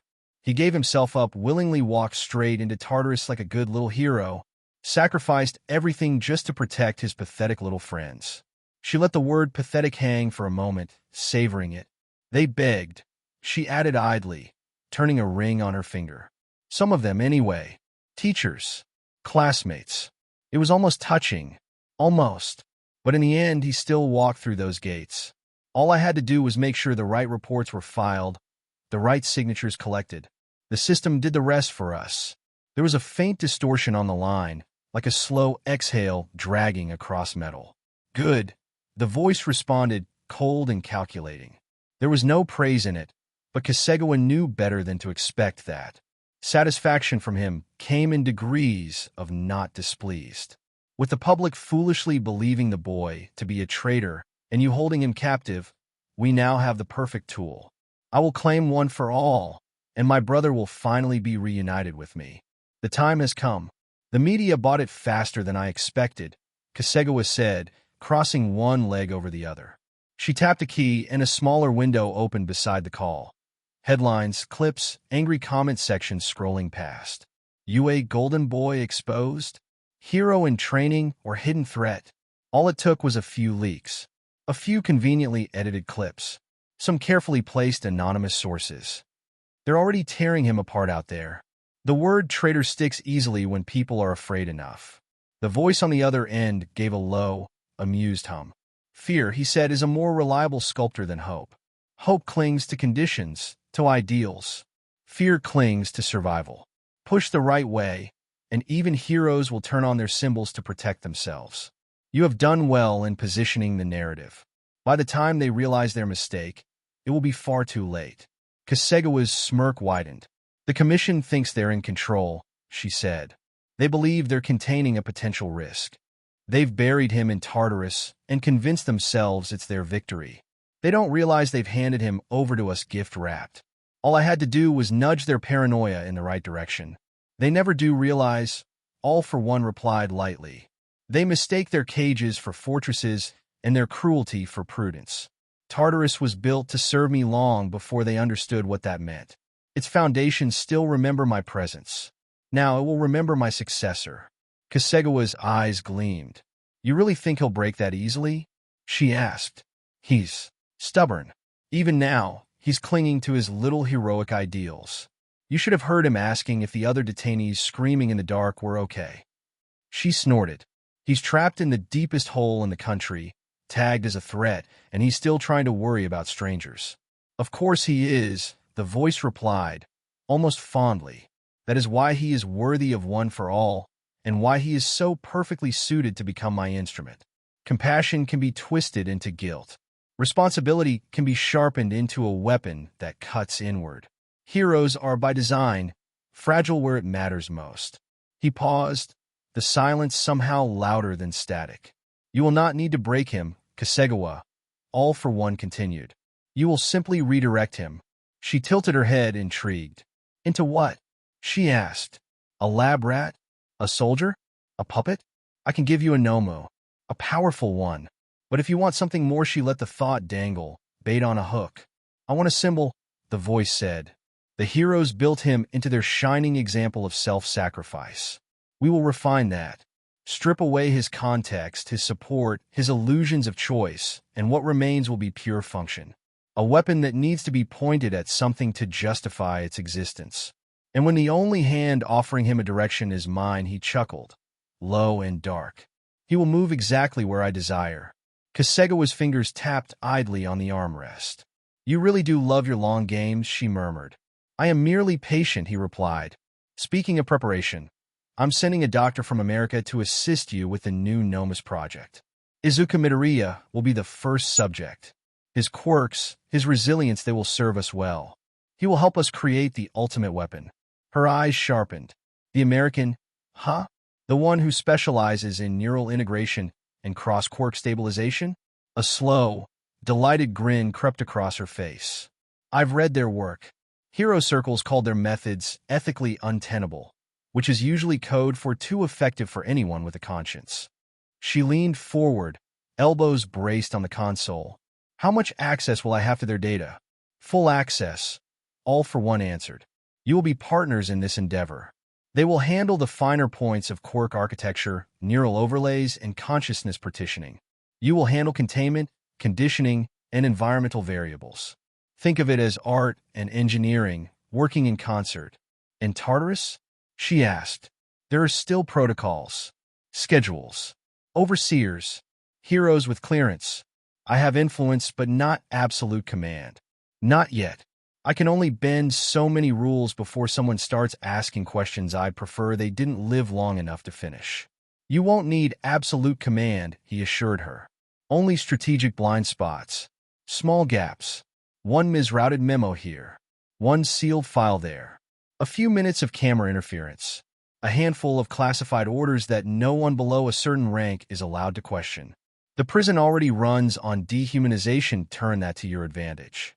No one will look closely at what they've already decided is a lost cause. Kasegawa laughed softly. You really do understand them, she said. Give them the right paperwork, and they'll watch a boy be dissected and call it security. Exactly, he replied. The camera angle shifted, revealing the back of Kasegawa as she sat motionless, her gaze fixed on the screen. On it, the menacing figure of All for One loomed, his face partially obscured by darkness and digital noise.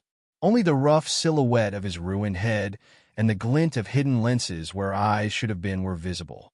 A malevolent grin stretched across what could be seen of his lips, his unseen gaze gleaming with sinister intent. Tell me, he said softly, how is our young prisoner adjusting to his new home? There was genuine curiosity there, the kind one might reserve for a rare specimen. Kasegawa snorted. Badly, she said, sounding pleased. He's trying so hard not to show it. He's following orders, keeping his head down for now. But his quirk reacts to everything. Danger Sense is practically screaming at him every minute he's inside those walls. He's not sleeping well. The monitors show elevated cortisol, irregular REM patterns, spikes in neural activity consistent with chronic vigilance and intrusive stressors. She smirked. In simpler terms, the boy is slowly being ground down. Good, All for One murmured. Let the environment do the first phase of our work for us. Tartarus excels at eroding the boundaries between person and object. Once he starts seeing himself as a thing contained instead of a boy imprisoned, the rest will follow much more smoothly. Kasegawa swiveled slightly in her chair, bringing up another file. A still image filled part of the screen. Midoriya in his cell, sitting on the cot, hands bound in sleek inhibitor rings, eyes shadowed but still bright with that stubborn, infuriating light. He still talks like a hero, she said, asked if his cooperation might help others. Worried that his being in Tartarus is giving you what you want. He's already asking the right questions. She tilted her head. How soon do you want me to start answering them? Not yet, All for One replied immediately. Premature honesty would only stiffen his resolve. Let him stew in uncertainty first. Guilt will work its way in. Isolation will distort his sense of scale and consequence. When he is primed, when he has convinced himself that doing nothing is the worst possible sin, that is when you will offer him a way to do something again. He chuckled. Offer him helping hands, he said. Don't call it experimentation. Call it opportunity. Call it understanding his connection to me. Call it making sure no one else can use him the way I once used my brother. Give him a story where compliance looks like protection. Kasegawa exhaled slowly, almost impressed. Turn his hero complex into consent, she summarized. You really are a monster. You say that like it's an insult, he replied, amused. For a moment, neither of them spoke. The only sound was the soft hum of the equipment around her and the faint, distorted buzz of the secure connection. There is one more matter, Kasegawa said at last. You mentioned Tartarus remembering you. There have been anomalies in the lower systems since his intake. Sensor irregularities. Phantom readings. Nothing we can pin down cleanly. The technicians think it's just legacy code misfiring after your departure. I'm not so sure. The grin on the shadowed face widened. Ah, he said. So the old bones of the prison are still twitching. How nostalgic. Do not waste resources chasing ghosts, Kasegawa. If there is a fragment of my presence still clinging to those circuits, it will only work in our favor. Tartarus learned to prioritize me once. It may do so again in unexpected ways. His tone suggested that whatever was unexpected meant, he was very much looking forward to it. And if the anomalies are tied to him? She asked. He's already affecting systems just by being there. Dreams, neural activity, residual quirk signatures. The data doesn't line up with any standard prisoner profile. If One for All is bleeding into Tartarus itself, then we will have an even more interesting specimen than I anticipated, All for One said. Collect everything, every spike, every flicker, every inexplicable reading. The doctor will want it all. The more we understand how One for All interacts with the environment and infrastructure, the closer we come to reshaping it into a form that truly belongs to me. Kasegawa's smile thinned into something sharper. And if he resists past what you expect? She pressed. If he breaks in the wrong way? If he dies before you can claim what you want? The line went quiet. When All for One spoke again, his voice was soft, almost gentle, in effect entirely at odds with the content. Then we moved to contingency, he said. Even a shattered vessel can be useful. A dead symbol can be displayed. A failed experiment can still teach us. But I do not anticipate failure, Kasegawa. I have watched this boy for a long time. I know what he fears most. I know what he will not allow to happen. All we must do is convince him that the only way to prevent that outcome is to cooperate. He paused, as if savoring the next words. Heroes, he murmured, are the easiest to chain. All you have to do is show them the suffering of others and tell them their refusal will make it worse. They will bind themselves. Kasegawa's eyes glittered. Understood, she said. I'll keep him contained. I'll keep the commission blind and the heroes complacent. I'll play the dutiful warden while I prepare your new weapon. She straightened in her chair, a smile curling with vicious anticipation. By the time they finally question what's happening in Tartarus, she said, Midoriya Izuku will be something they don't recognize anymore. On the screen, All for One inclined his head in faint acknowledgement. See that you don't underestimate him, he warned, the temperature of his tone dropping a few degrees. Hope is a tenacious infection. He has survived more than he should have already. Treat him with the respect you would afford a volatile, irreplaceable resource. Break him carelessly, and even you will not like the consequences. She nodded once. I'll handle it. The room seemed to darken further as his malevolent grin lingered on the screen. The hollows where his eyes should have been gleaming with sinister intent. The doctor's transport has already departed, he added. They will arrive soon. Prepare your facility. Clear your schedule. And Kasegawa. Yes, master? Do record everything, he said softly. I would very much like to watch the exact moment when their symbol in training realizes that the only ones listening to his screams are us. His chilling laughter echoed through the speakers, low and resonant, a sound that seemed to crawl along the walls and settle into the corners of the room like a stain. The transmission ended with a soft click. The screen went dark for a second, then shifted back to her control interface. Rows of data feeds blinked alive again. Heart rate graphs, camera grids, system logs, facility schematics, a single cell highlighted deep within the blueprint of Tartarus. Kasegawa sat there for a moment longer, bathed in the cold glow of her monitors, her smile slow and satisfied. Sleep well, Midoriya, she murmured to the empty room, fingers already flying across the keys to open restricted files and override minor system alerts. The real work starts soon. On one of the smaller screens, grainy footage of Izuku shifting restlessly on a narrow cot looped silently, his hands curled tight around nothing, as if even in sleep he was reaching for someone he could no longer touch. At the base of the League of Villains, the air was thick with tension. Dim lights flickered overhead, casting long, distorted shadows that crawled across the concrete floor like living things. The low hum of machinery and the distant drip of water only made the silence feel heavier. No one spoke. No one dared.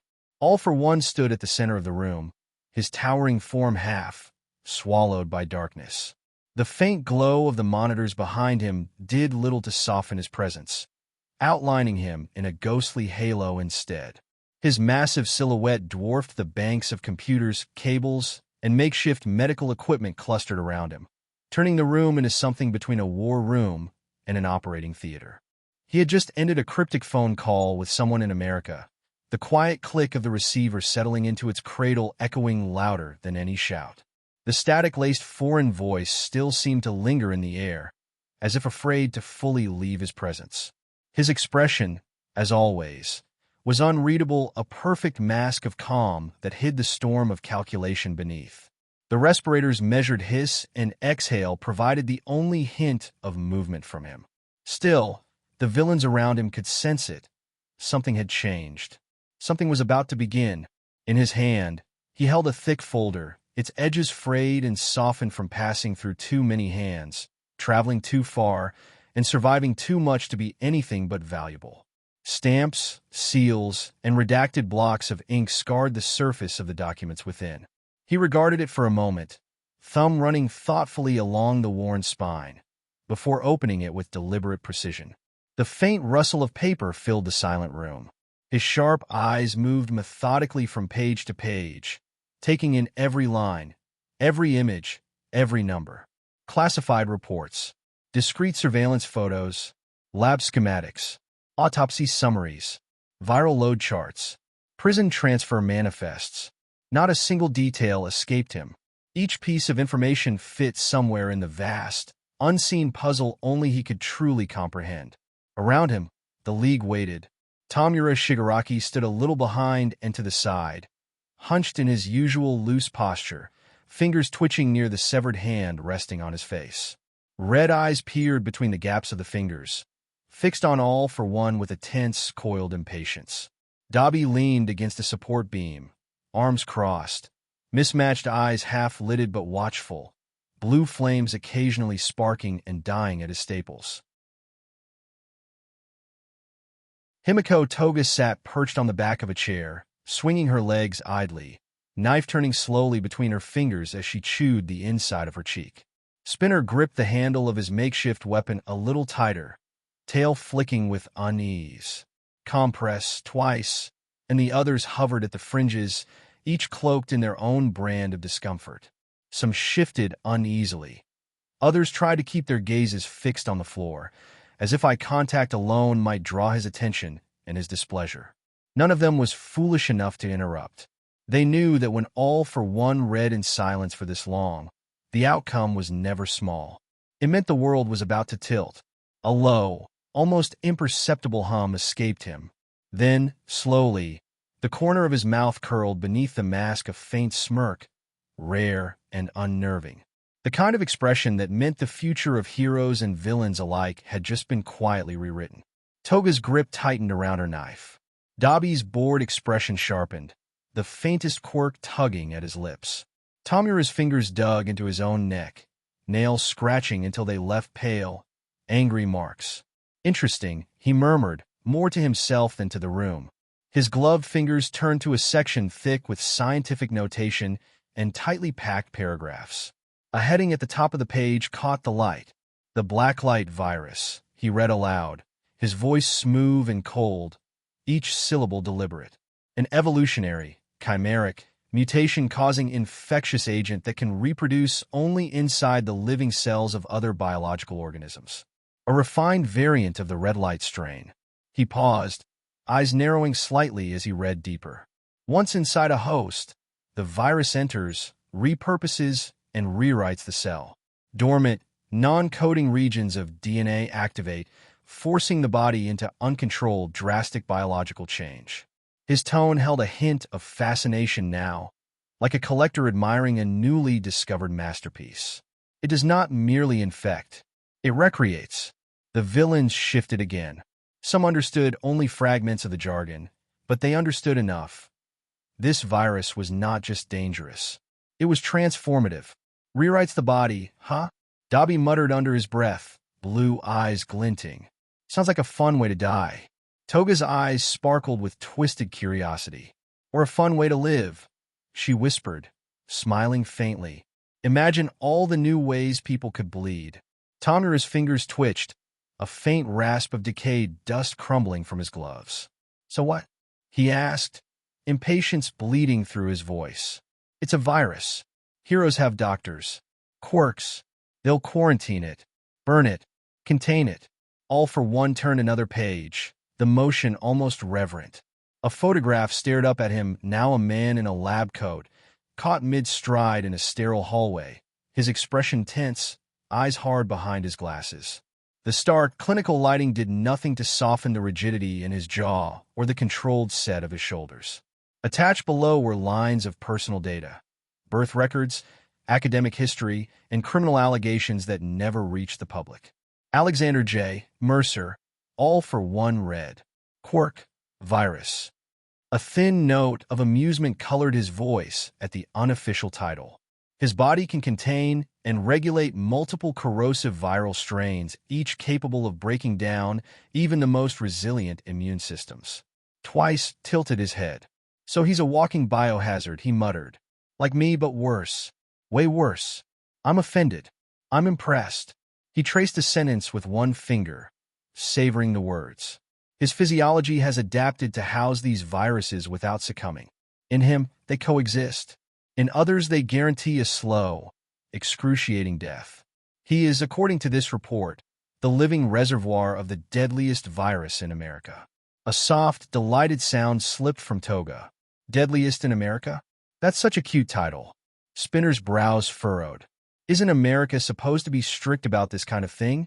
Why would they let someone like that walk around? They didn't. All for One replied mildly, flipping to the next set of documents. They tried to erase him. The following pages were uglier, grainy photos of containment chambers, bodies sealed in plastic, whole city blocks cordoned off with military barricades. There were diagrams of Tartarus-like facilities overseas, experimental restraints, and half-completed incident logs that ended with the same word again and again. Breach. Tamura's eyes lingered on a photograph of a ruined city street, buildings half melted and half exploded, as if something had torn its way through matter itself. Dark stains marked the pavement in shapes that were once human. All for One closed the folder halfway, leaving Mercer's image still visible, pinned beneath his hand. A man whose body is a plague, whose existence erodes the line between human and weapon. All for One mused softly. A fitting piece for the board. His subordinates glanced at one another, unease flickering in their eyes. Some saw opportunity. Others saw horror they did not yet have the words to name. All for One, however, saw only potential. Let me guess, Dobby drawled. America tried to put a leash on him and failed. Now they're hiding the mess under a rug and calling it classified. All their attempts at control, All for One said, almost fondly, amount to nothing more than fear dressed as procedure. His gloved thumb tapped Mercer's photograph. He survived their experiments, their containment, their extermination orders. They called him a subject, a threat, a mistake. But what he truly is, he let the sentence hang, savoring the anticipation, is proof. Proof of what? Tamura pushed, shoulders stiff. The word experiments had sharpened his attention to a razor edge. That we have been thinking too small, All for One replied. Heroes fret over singular quirks. Governments cling to individual weapons. But this, he gestured to the scattered pages. This is systemic evolution. A plague that is not a flaw, but a design. He straightened, the smirk returning sharper now, more defined. America has been very selfish, keeping him to themselves, he said, voice calm but edged with hunger. It is time we broaden his horizons. A hush fell even deeper over the room, if such a thing were possible. Tamura's hand hovered near his neck again, scratching absently as he thought. You want to use him, he said slowly. Turn him loose on the heroes here? In Japan? Use him? All for One chuckled softly, the sound low and mechanical through his mask. My dear Tamura, I want to refine him, to study him, to improve upon what America began in panic and ignorance. Imagine a Noma not born from stitched together corpses and force-fed quirks, but from rewritten, perfected biology. A soldier whose every cell is a weaponized quirk. Toga leaned forward, eyes wide. A virus that can make new friends? She asked, voice tinged with awe. New versions of us? New monsters, Spinner muttered under his breath. New possibilities. All for One corrected pleasantly. He turned to another page near the back of the folder, a familiar name. This time in a different context, Tartarus. Cross-referenced with foreign data. Joint research requests denied. Emergency protocols drafted, then redacted. The heroes had been close to something once. Close but cowardly. There's already a perfect testing ground, All for One continued. A fortress designed to hold the worst this world can create. A place where society hides what it fears most and pretends it no longer exists. Tamura's breath hitched. Tartarus, he said. Indeed, All for One replied. And inside Tartarus, We already have a subject with unprecedented resilience. One for all. A quirk built on accumulation and adaptation. A boy whose body has been forced to survive the impossible, over and over again. For a heartbeat, no one moved. Then Dobby let out a low, disbelieving laugh. You want to put that virus in the problem child? Controlled exposure. All for one said calmly. Refined doses. Careful observation. If he survives, he will become something new. Something the heroes cannot predict, cannot categorize. If he fails, Tartarus will simply have one more corpse. They will call it a tragic complication, an unfortunate incident, and the world will move on, none the wiser. Something dark and satisfied flickered in Tamura's gaze. The thought of the boy who had ruined so many of his plans, rotting in a cell, then being twisted even further, it appealed to him in a way words couldn't quite capture. So this Mercer guy, Twice said, scratching his head. We grab him, drag him across an ocean, sneak him into the most secure prison in Japan, and have him play mad scientist with All Might's little successor? Not we, All for One corrected gently. You, Tamura. The respirator hissed as he turned fully to his protege. The folder snapped shut with a decisive thud, slicing through the suffocating silence. Dust motes jumped in the air from the force of it. Tamura. All for One looked at his successor of fear, his presence seeming to grow heavier, more tangible, pressing down on everyone in the room. I want you to get this, Mercer. I don't care how you do it. Just bring him alive. Tamura's fingers twitched violently, nails scraping at the hand on his face. A thrill of something fear, excitement, hatred, ambition shot through him all at once. America's security isn't like Japan's, Spinner warned quietly. Top heroes, military tech, satellites. And yet, All for One interrupted.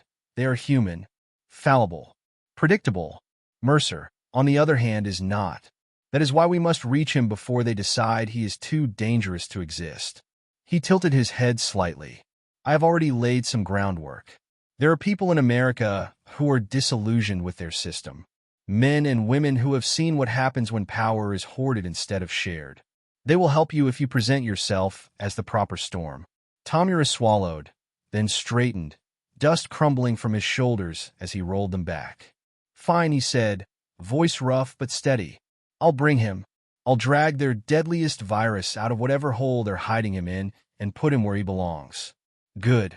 All for One replied, satisfaction purring through the mechanical filter of his mask. Because once Mercer is in our hands. His gaze drifted back to the words stamped again and again across the American incident reports. Breach, Tartarus, and the boy rotting inside it will never be the same again.